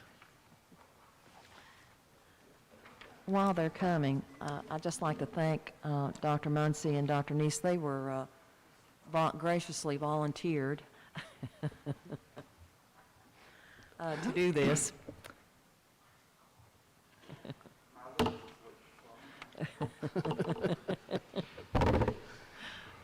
Too young. I hope that you all are excited that we don't have a 60-page insurance book for you to approve, but hopefully we're going to save a few bucks and give our people some better coverage. So that's always a good thing. And luckily for you, we're going to do this in 5 minutes. Yeah. It took us 4.5 hours. Yeah. So this is our third-party administrator recommendation from our insurance committee. So if, Ron, if you're back there. We got together, I think it was last week, is that right? The 22nd on Thursday. You can see the members of our insurance committee that worked with us. We tried to get a really good cross-section of people to represent both our classified and our professional staff, and several of them are here. Ms. Taylor, Ms. Mullins, of course, Ms. Robinson, several of us are here tonight.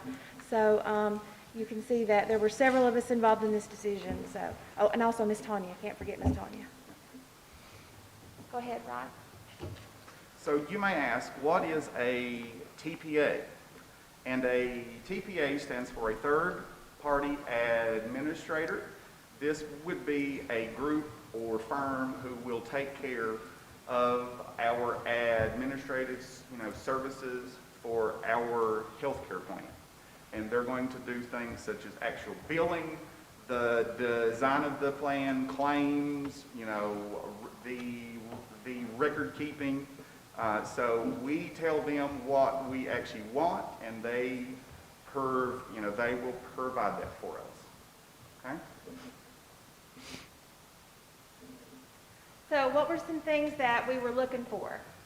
When we sat down with the people that we were interviewing for this position of our TPA, we wanted to find a group that would allow us to retain the self-funding model that we currently have. We wanted a group that was transparent, nothing hidden. Flexibility was really important. We wanted to be able to make changes to our plan when we wanted, or if we wanted to change the way that our plan was designed. We wanted to be able to keep control of our health program. We have been very blessed in the past that you guys have blessed us to be able to keep so many wonderful benefits, as well as the Board of Supervisors to allow us to keep so many of our great benefits. So also, claims auditing by a specialist, someone that understood what direct primary care was. That was really important. Understanding how our network works. We've had some issues in the past that several of our members of our staff have tried to go to different doctors in the area, especially in the Pikeville area, and our network isn't accepted there. So it was important that we have a TPA that could get us service in areas that we wanted to be in. Also, it was a really important issue for us to have a TPA that would provide us with the information that we wanted, how we wanted it, which was monthly, quarterly, and annually. Okay, Mr. Ron. Currently, just to inform you, and you may know this, our current TPA is the actual health plan. They use the health network of Cigna is currently who we have, and they have served as our TPA since 2018. I think several of you were on our board when we made that change. That's when we went from Anthem and did a cross and then come, so we had a pretty interesting transition piece, so they actually came in during that, actual time.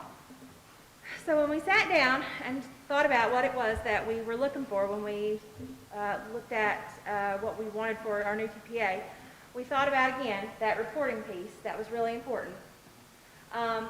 Whether or not the group that we were going to be affiliated with, if they had certain programs that we wanted. And one of those big programs was a prenatal program, because a lot of our people, they're still young, they're having kiddos. Unacceptable procedures to make changes. How hard is it to get someone on the phone if you want to make a change to your plan, if you have questions about your benefits, those kind of communication issues. And again, there was that question about whether or not we had networked in the Pikeville, Kentucky area. Okay, Ryan. So we sent out, for a bid. The finalists that we did have who actually submitted proposals was Flume, the benefit plan administrators known as BPA, our current TPA, the health plan. We thought that since they have served us, that we would give them a shot to see if they could, in fact, correct things. And we had the fourth one is med cost. And like Dr. Muncie said, last Thursday from 1 until almost 6, we were in a grueling time of going through. I felt like that we were just, hoping to be sponges and soak up all kinds of stuff, because it was like they were trying to sell us them. And, but it was a long, long afternoon, but we feel like that we come up with the very best to serve the needs of our staff. So, Ryan? So, without further ado, the third-party administrator that we unanimously decided on as an insurance committee was MedCost. We went with MedCost for several reasons, and Dr. Neese is going to share those with you here in just a minute. But some things for you to know about MedCost right off the bat, that they do service a lot of groups that are close to us, North Carolina, South Carolina, and of course right here in Virginia. Ryan? So you may ask, why? Why did we change, and why MedCost? For one, we felt that, as Dr. Muncie alluded to, they are in fact more local. We know who actually took call. The one big thing was the types of reports that we were actually getting. And in fact, to make a long story short, we were not getting reporting the way we should, and it makes it very hard for us to make decisions about future things when we don't have current things. So they have a absolutely great reporting, actual packet. Mr. Bays is very familiar, with the way they actually share things. And we can have that customized. Yes, we can tell them. Whatever Ms. Tanya or Ms. Taylor would like for us to receive each month, they can customize that in a simple one email approach. Another huge thing that was super impressive to us, before we interviewed them, they actually reached out to the Pikeville, area and see what they could actually do before that we saw them. So they done have a plan in place of how we are going to be covered there. So we thought, wow, okay, they're actually going out and trying for us now. They also can provide us access with our local labs. The weird thing, which we kind of were just thinking how this could happen, but our local lab, which is at the Dickinson community, is possibly owned, the lab is owned by someone else besides them. So it was not in our network. we had folks paying huge, huge bills when they could go down here. They wanted us to go far, far so that we could get blood work. So we're glad that they're going to fix that. They are going to provide a prenatal care piece, something that Mr. Bays told us. We have the lowest number of births. We're in the region that has the lowest number of actual births, but the births we do have the most problems. So if we can be proactive and assign a nurse to actually walk through the steps, then we can actually cut costs. So they're going to do that. Another thing that y'all have talked about a lot tonight, cost. I know that, it's a tough act to follow when you were talking about the last topic, but it's going to cost us $122,765 per year. That may sound like a huge amount, but it's actually a savings of our former TPA by $8,000. So hopefully we can save some positions, I hope. That's not going to do much, but it is a savings. Everything. But every dollar counts. Every dollar counts. Yeah, exactly. So we're getting more for less is the way we saw it with med cost. So that is all that we have. We graciously ask that you accept them, and we will, entertain any questions that you may have. If we can't answer them, we will find you the answers. And feel free to ask Ms. Tanya or Ms. Robinson. Or Ms. Taylor. Ms. Mullins is back there. She's also on our committee. I just commend the committee. It looks like you guys did an excellent job in the way that you approach this. You had certain things in mind, goals that you approached it with, and I definitely can relate to the Pikeville Medical Center as far as being part of the equation. It seems like I'm over there monthly almost, so that's a important thing to add, and of course appreciate the cost considerations as well. Thank you. Our consultant, Alan Bates, was very instrumental in arranging all of our meetings with the candidates. He helped us through the process, provided us with some questions to ask each of those candidates, and he set up all of our meetings with them, and he just walked us through that process because he's very experienced with insurance, whereas I think I can speak for most of us. We are not. We are not, absolutely. We know that we like it when we need it, but as far as knowing what to do, how to get it, we don't know how to do that. And just to let you know, all of those meetings took place by Zoom. Yeah. So we had, in some cases, I remember with BPA, there was like 6 or 7 folks who come from that company, and they're all throwing stuff at us, and we're like, oh, that's great, that's nice, and we're trying to take notes.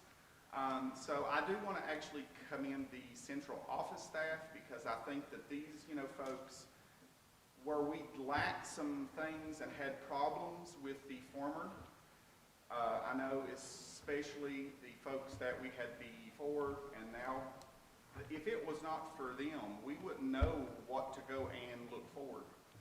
I know that, Tanya, she actually helps with, Lord Claims, our former clerk, Reba, and, Larry, and now, with Laura. If it wasn't for them, we wouldn't know the things we actually want, because they were doing the legwork of what the TPA should have been doing. So I do want to commend the folks here too, because they gave us things that we needed help with. It sounds like they work really hard to try to help us out and get us where we need to be. They spend, lots of time. Yeah, just for the least intelligent guy in the room, and maybe for maybe the public, can you paraphrase the self-funded model and the need for a THP? Well, The only thing that I can tell you based on how we've done this before is a self-funded is based on claims that we actually get. So if we have, say, for example, a really good year, we look over the course of the previous months, And if our claims are actually lower, then we can bring those savings to our folks. If we have a, say, higher year, we have claims that are more significant, God forbid, we may have to pass on a raise in actual premiums. So we drive the ship. If we want to, offer incentives and things, we can get a better actual rate. So we design and craft our own versus we go and buy a company, is what I'm thinking. Okay, you actually give us that and we have to answer to them. We set aside our own Yes, premiums. we actually create the plan So you we can want. take the prepackage from, Yes. let's say, a company like Anthem Anthem or whomever. or Yeah. Anthem, or or we can create what we want. So with this, we took the exact same benefits that we've had for years, Yes. which are really, really, really, really good. And I guess something that we might not have cleared up, and we want the public to know, we want our employees. We have, with this new TPA, if you approve them, we are not changing Thank you. our plan is staying exactly the same. There'll be Our no cost change in cost. exactly the same. So the same rates we paid last, year, we're going to be paying this year if the budget, And no permits. change in benefits. And no change, and actually with med costs, they were going to do things for us that we tried to get done. So hopefully the same cost, but better and more expansive coverage. Expanded our network as well, yeah. Yes. Hopefully that answered your question, but I'm by far not an insurance person by any shape. I probably could have made a lot more money, but I'm here. Well, what it went. I tried.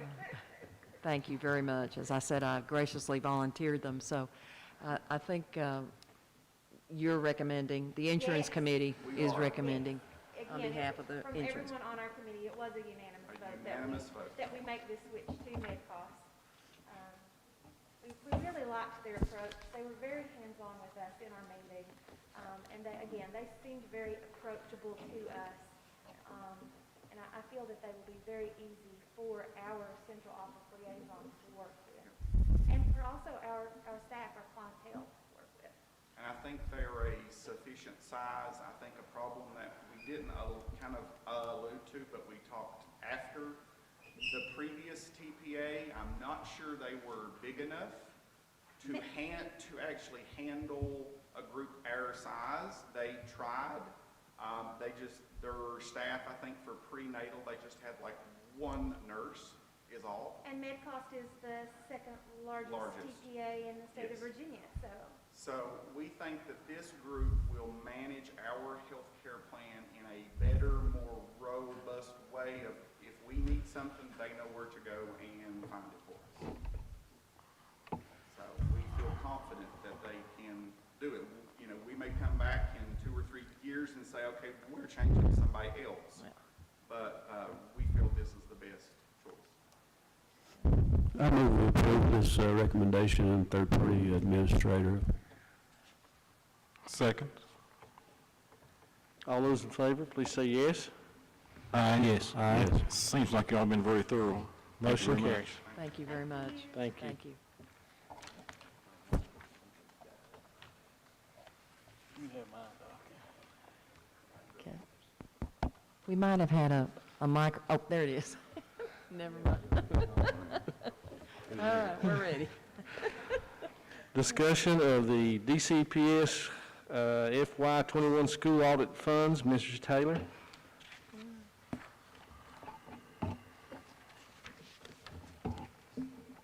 Members of the board, we recently received, since our last meeting, the audit report for school activity funds.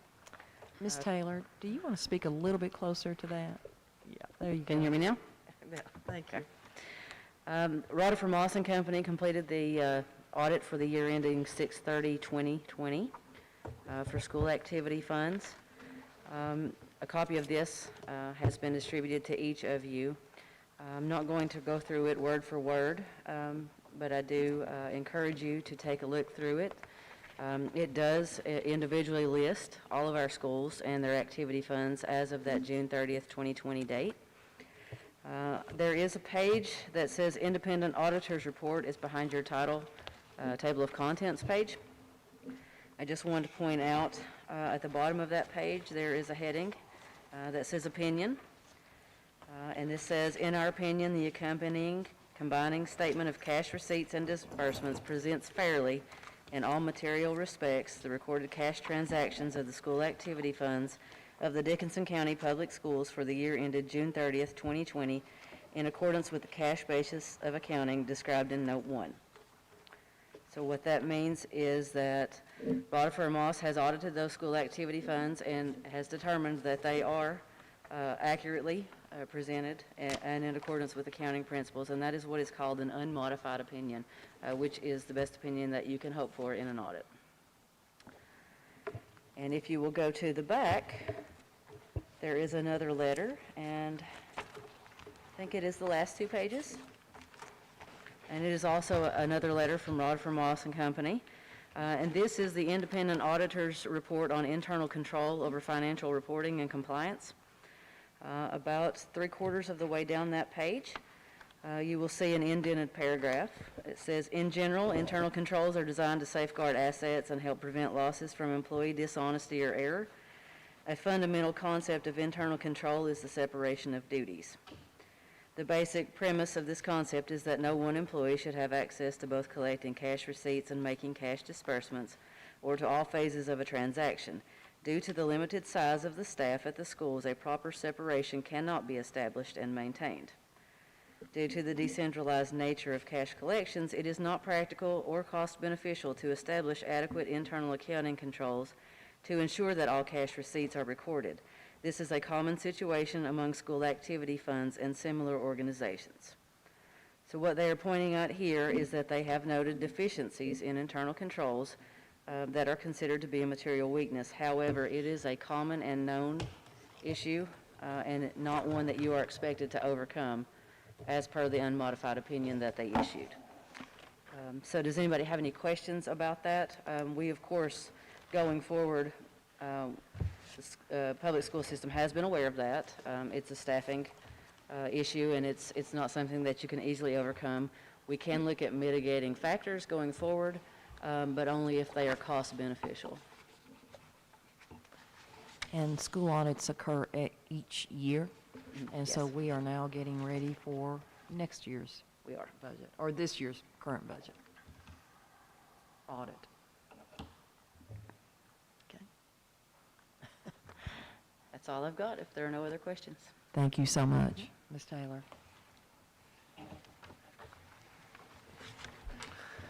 That brings us down to the presentation of Internet Safety Policy for Students and Staff. Mr. Wallace. And Mr. Wallace, I'll have to ask his forgiveness that I have him at the very last of the agenda. Sorry, Ryan. Okay. Good afternoon, Mr. Robinson, Mrs. Robinson, Mr. Chairman, members of the board. This evening, I'm going to do a review of the Children's Internet Protection Act, or Sipa, as it's referred to. This review is a requirement from the Universal Service Administrative Company, or USAC.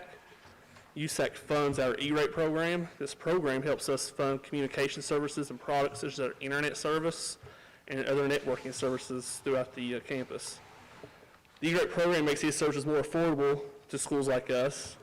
At our school system, we participate in this program pretty heavily. We rely on it for internet access and networking infrastructure such as firewalls, routers, switches, and all of our Wi-Fi equipment. The requirement from USAC is that I go over to our board how we implement solutions that meet SIPA requirements. So SIPA was actually enacted by Congress in 2000 to address concerns about children's access to obscene or harmful content over the internet. Per the SIPA requirements, schools are required to adopt and implement an internet safety policy and include the monitoring of online activities of minors. The safety policies must address the following: access by minors to inappropriate matter on the internet, the safety and security of minors when using electronic mail, chat rooms, or other forms of direct electronic communications, unauthorized access, or including so-called hacking or other unlawful activities by minors online, unauthorized disclosure, use, and dissemination of personal information regarding minors, and measures restricting minors' access to materials harmful to them.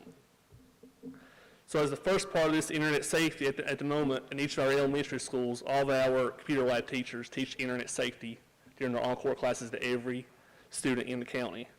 At our high school and middle schools, internet safety is taught at the beginning of each school year. In each of these, and at the elementary school level, we use a curriculum called Common Sense Education. At the high school and middle school, they've used an application called iSafe. Our ITRT, Stephanie Willis, is also working on curriculum as well for each year. As technology changes, internet safety changes, so we adapt changes as well. So all these lessons that we do here do touch on every single policy requirement per Sipa. As part of the second part of Sipa, the online monitoring of minors, we have a layered solution in place. When I say layered, we have multiple ways that we monitor. Our on-site web filter is called Content Keeper. It monitors every single web request made on site. If you have to go through the internet, you have to go through this device. It's inline, you go out through it. And it monitors sites based on SIPA requirements. We also have an application called Cisco Umbrella that filters every single DNS request and assists in stopping malware and phishing attacks and so forth. We recently purchased GoGuardian, and it also does as well, filters web traffic for all of our students. And it can be done on a student's Chromebook. It's either if they're at school or at home. If they're on the Chromebook, on our school Chromebook, it will filter every bit of web traffic. We also have another application called Bark, which filters our students' G Suites account. We're a Google school, so their Gmail account, their Google Docs, their Google Drive, it's all filtered through Bark. And finally, we have an on-site antivirus tool called Sophos, which also does web monitoring as well. So those are the both ways we meet with SIPA. And as like I said, it is a requirement from USAC that I present to the board how we implement SIPA. Any questions for me? Sounds like you have it well in hand. Mr. Walsh, could you speak to BARC and like the reporting that administrators and teachers would get as far as the content goes into their Google Drive and documents? So BARC is it's just an add-on on Google Drive, on Google Suite. I know our student safety coordinators, they get reports as soon as something pops up. It could be an image, it could be wording, anything, self-harm or anything will pop up. And it can be reviewed immediately. It's sent immediately. Usually there's myself, Mr. Setzer, and vice principals all get that immediately. Yeah, I think it's just real important, it's for our parents to know that, with BARC, as you mentioned, a kid talking about self-harm, maybe they're just writing in a Google Doc that they can create themselves. It's not part of any assignment that maybe the teacher had assigned them. They're just writing on their own or bullying or anything through that those are reports that help protect our kids, and I think BARC does a pretty good job of that and letting us know and protecting kids in that way. It does. GoGuardian also has a feature called Beacon that does the same thing. So we, like I said, layered responses, we have that all in place. It's a tough job. I think you're doing well. Thanks. Thank you, Mr. Wallace. Thanks. Excellent, thank you. Mr. Mullins, that ends our open session, sir. Thank you. I think that brings us down to board comment. And I guess I can go ahead and start. And I'm really impressed with the presentation that Ms. Muncy and Mr. Neese brought. And when you can bring an insurance analysis with a humoristic approach like you all did, that's a real success.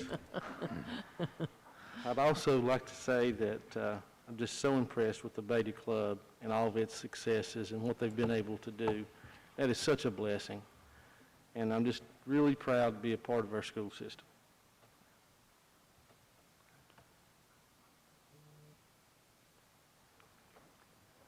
I think we should carefully study the regulations Here you And make a decision soon, perhaps at next board meeting. But that's what I got to say about that.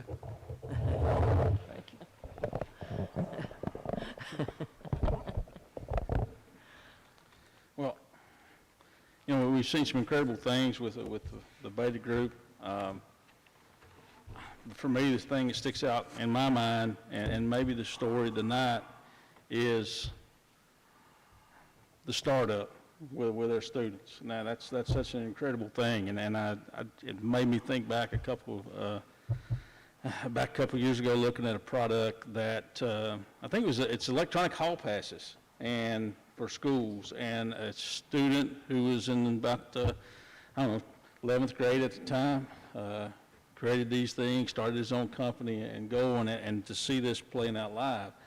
But I think the real story is we're seeing a return on investment in education. And when we invest in education, we're investing in people.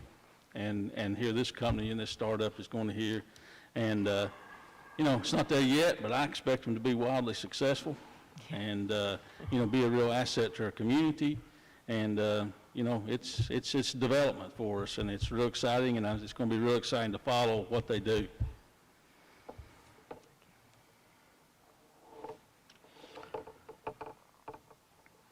Mr. Chairman, I was just sitting here thinking about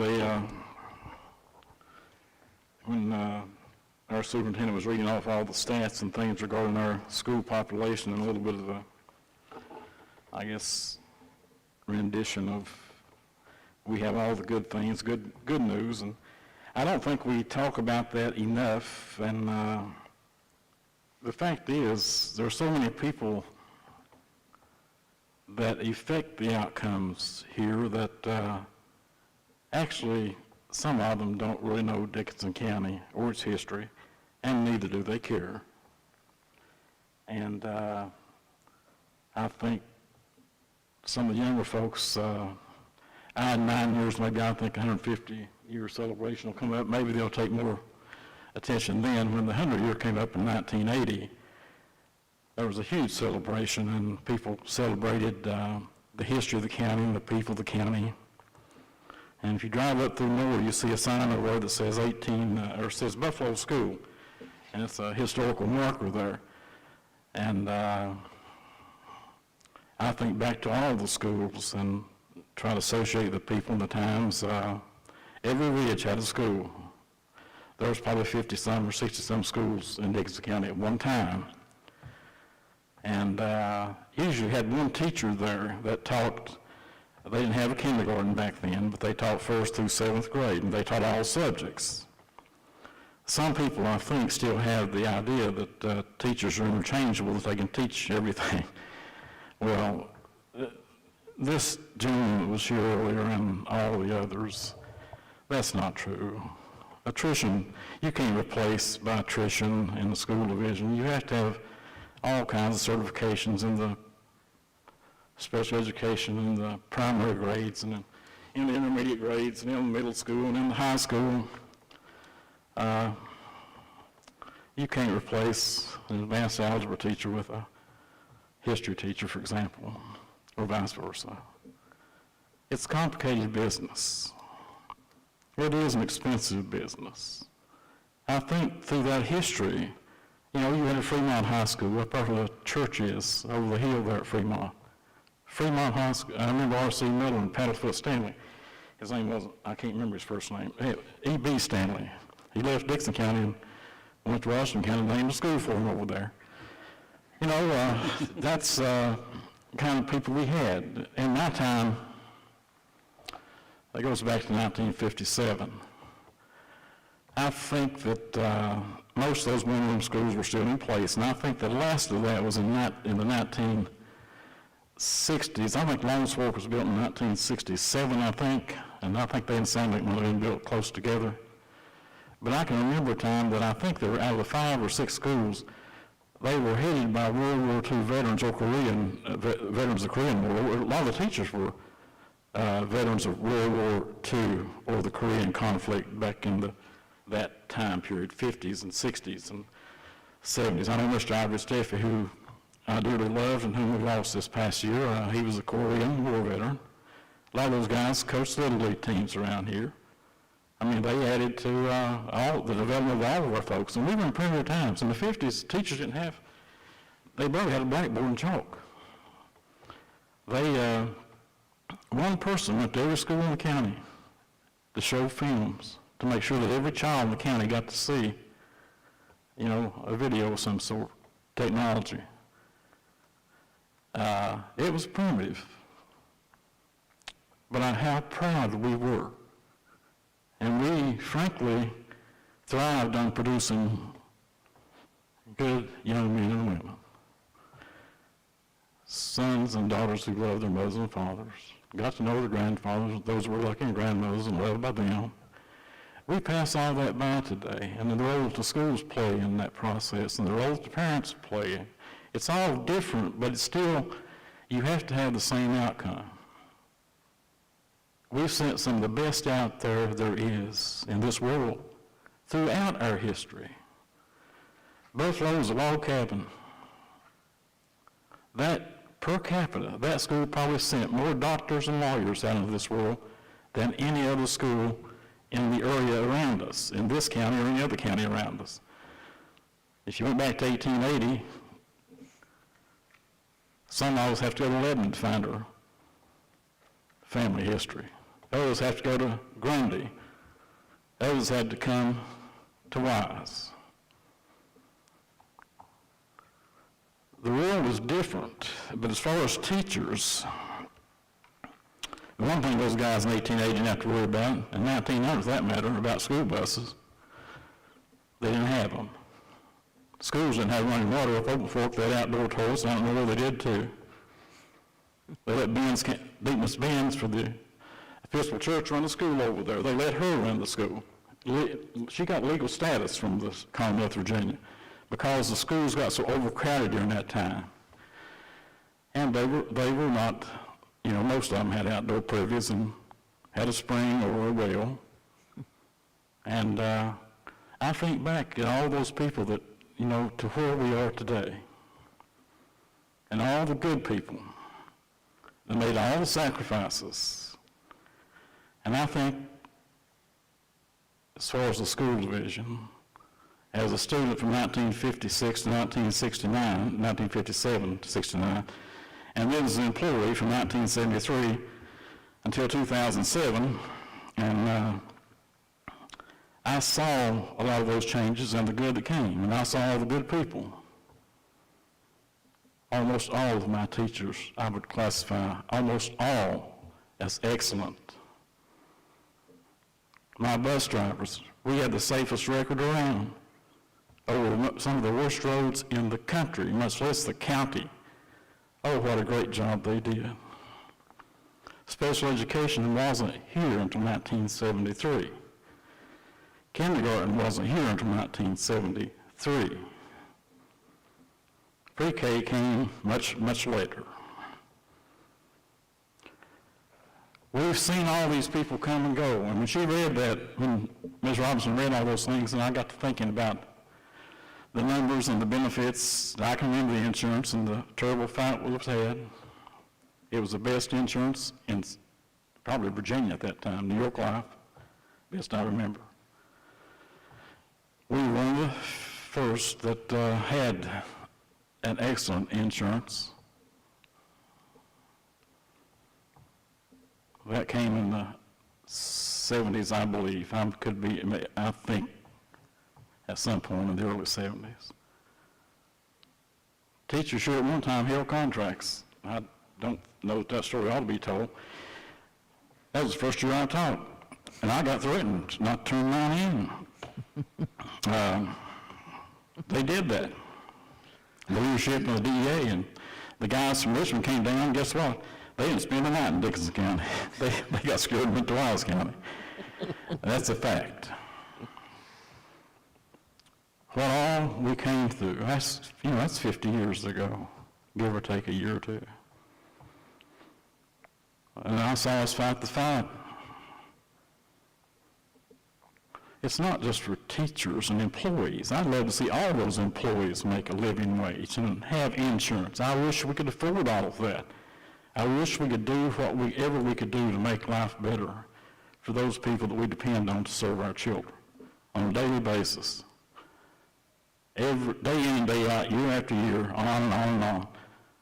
And somehow, with all the good things we saw here and all the good news we've told, and to see Dixon County come from the bottom quartile in the state to the top quartile, everybody around ought to be having a flag on their automobile or in their window or something to saying, Lord, we went from the bottom to the top.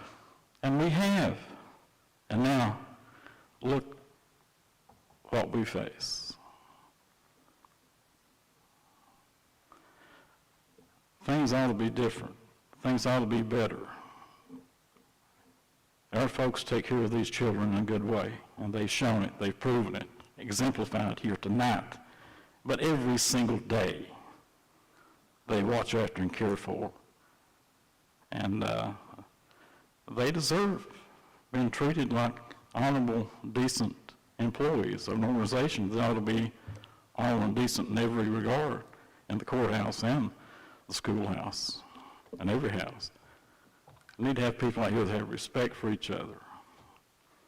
We need to teach children respect, and I think they do. Most kids in school are well behaved. That's the most unknown fact in the country.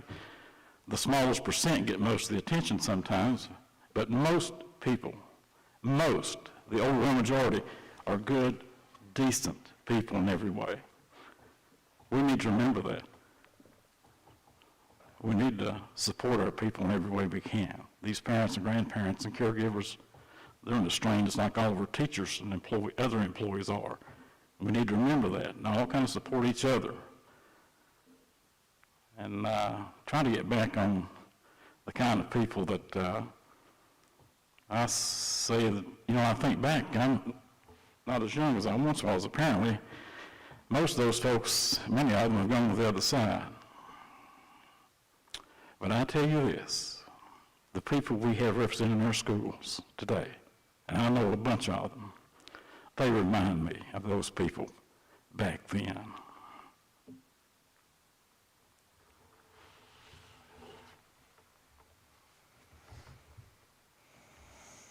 Well, we have a lot going on, in the packed agenda tonight, I'll just be real brief. And once again, I wanted to, before we go, commend the students that we had. So glad to see them here tonight from the Beta Club and from the robotics program. And I think everyone could see, and I took note of just how proud their teachers were of those students. It was really, really nice to see.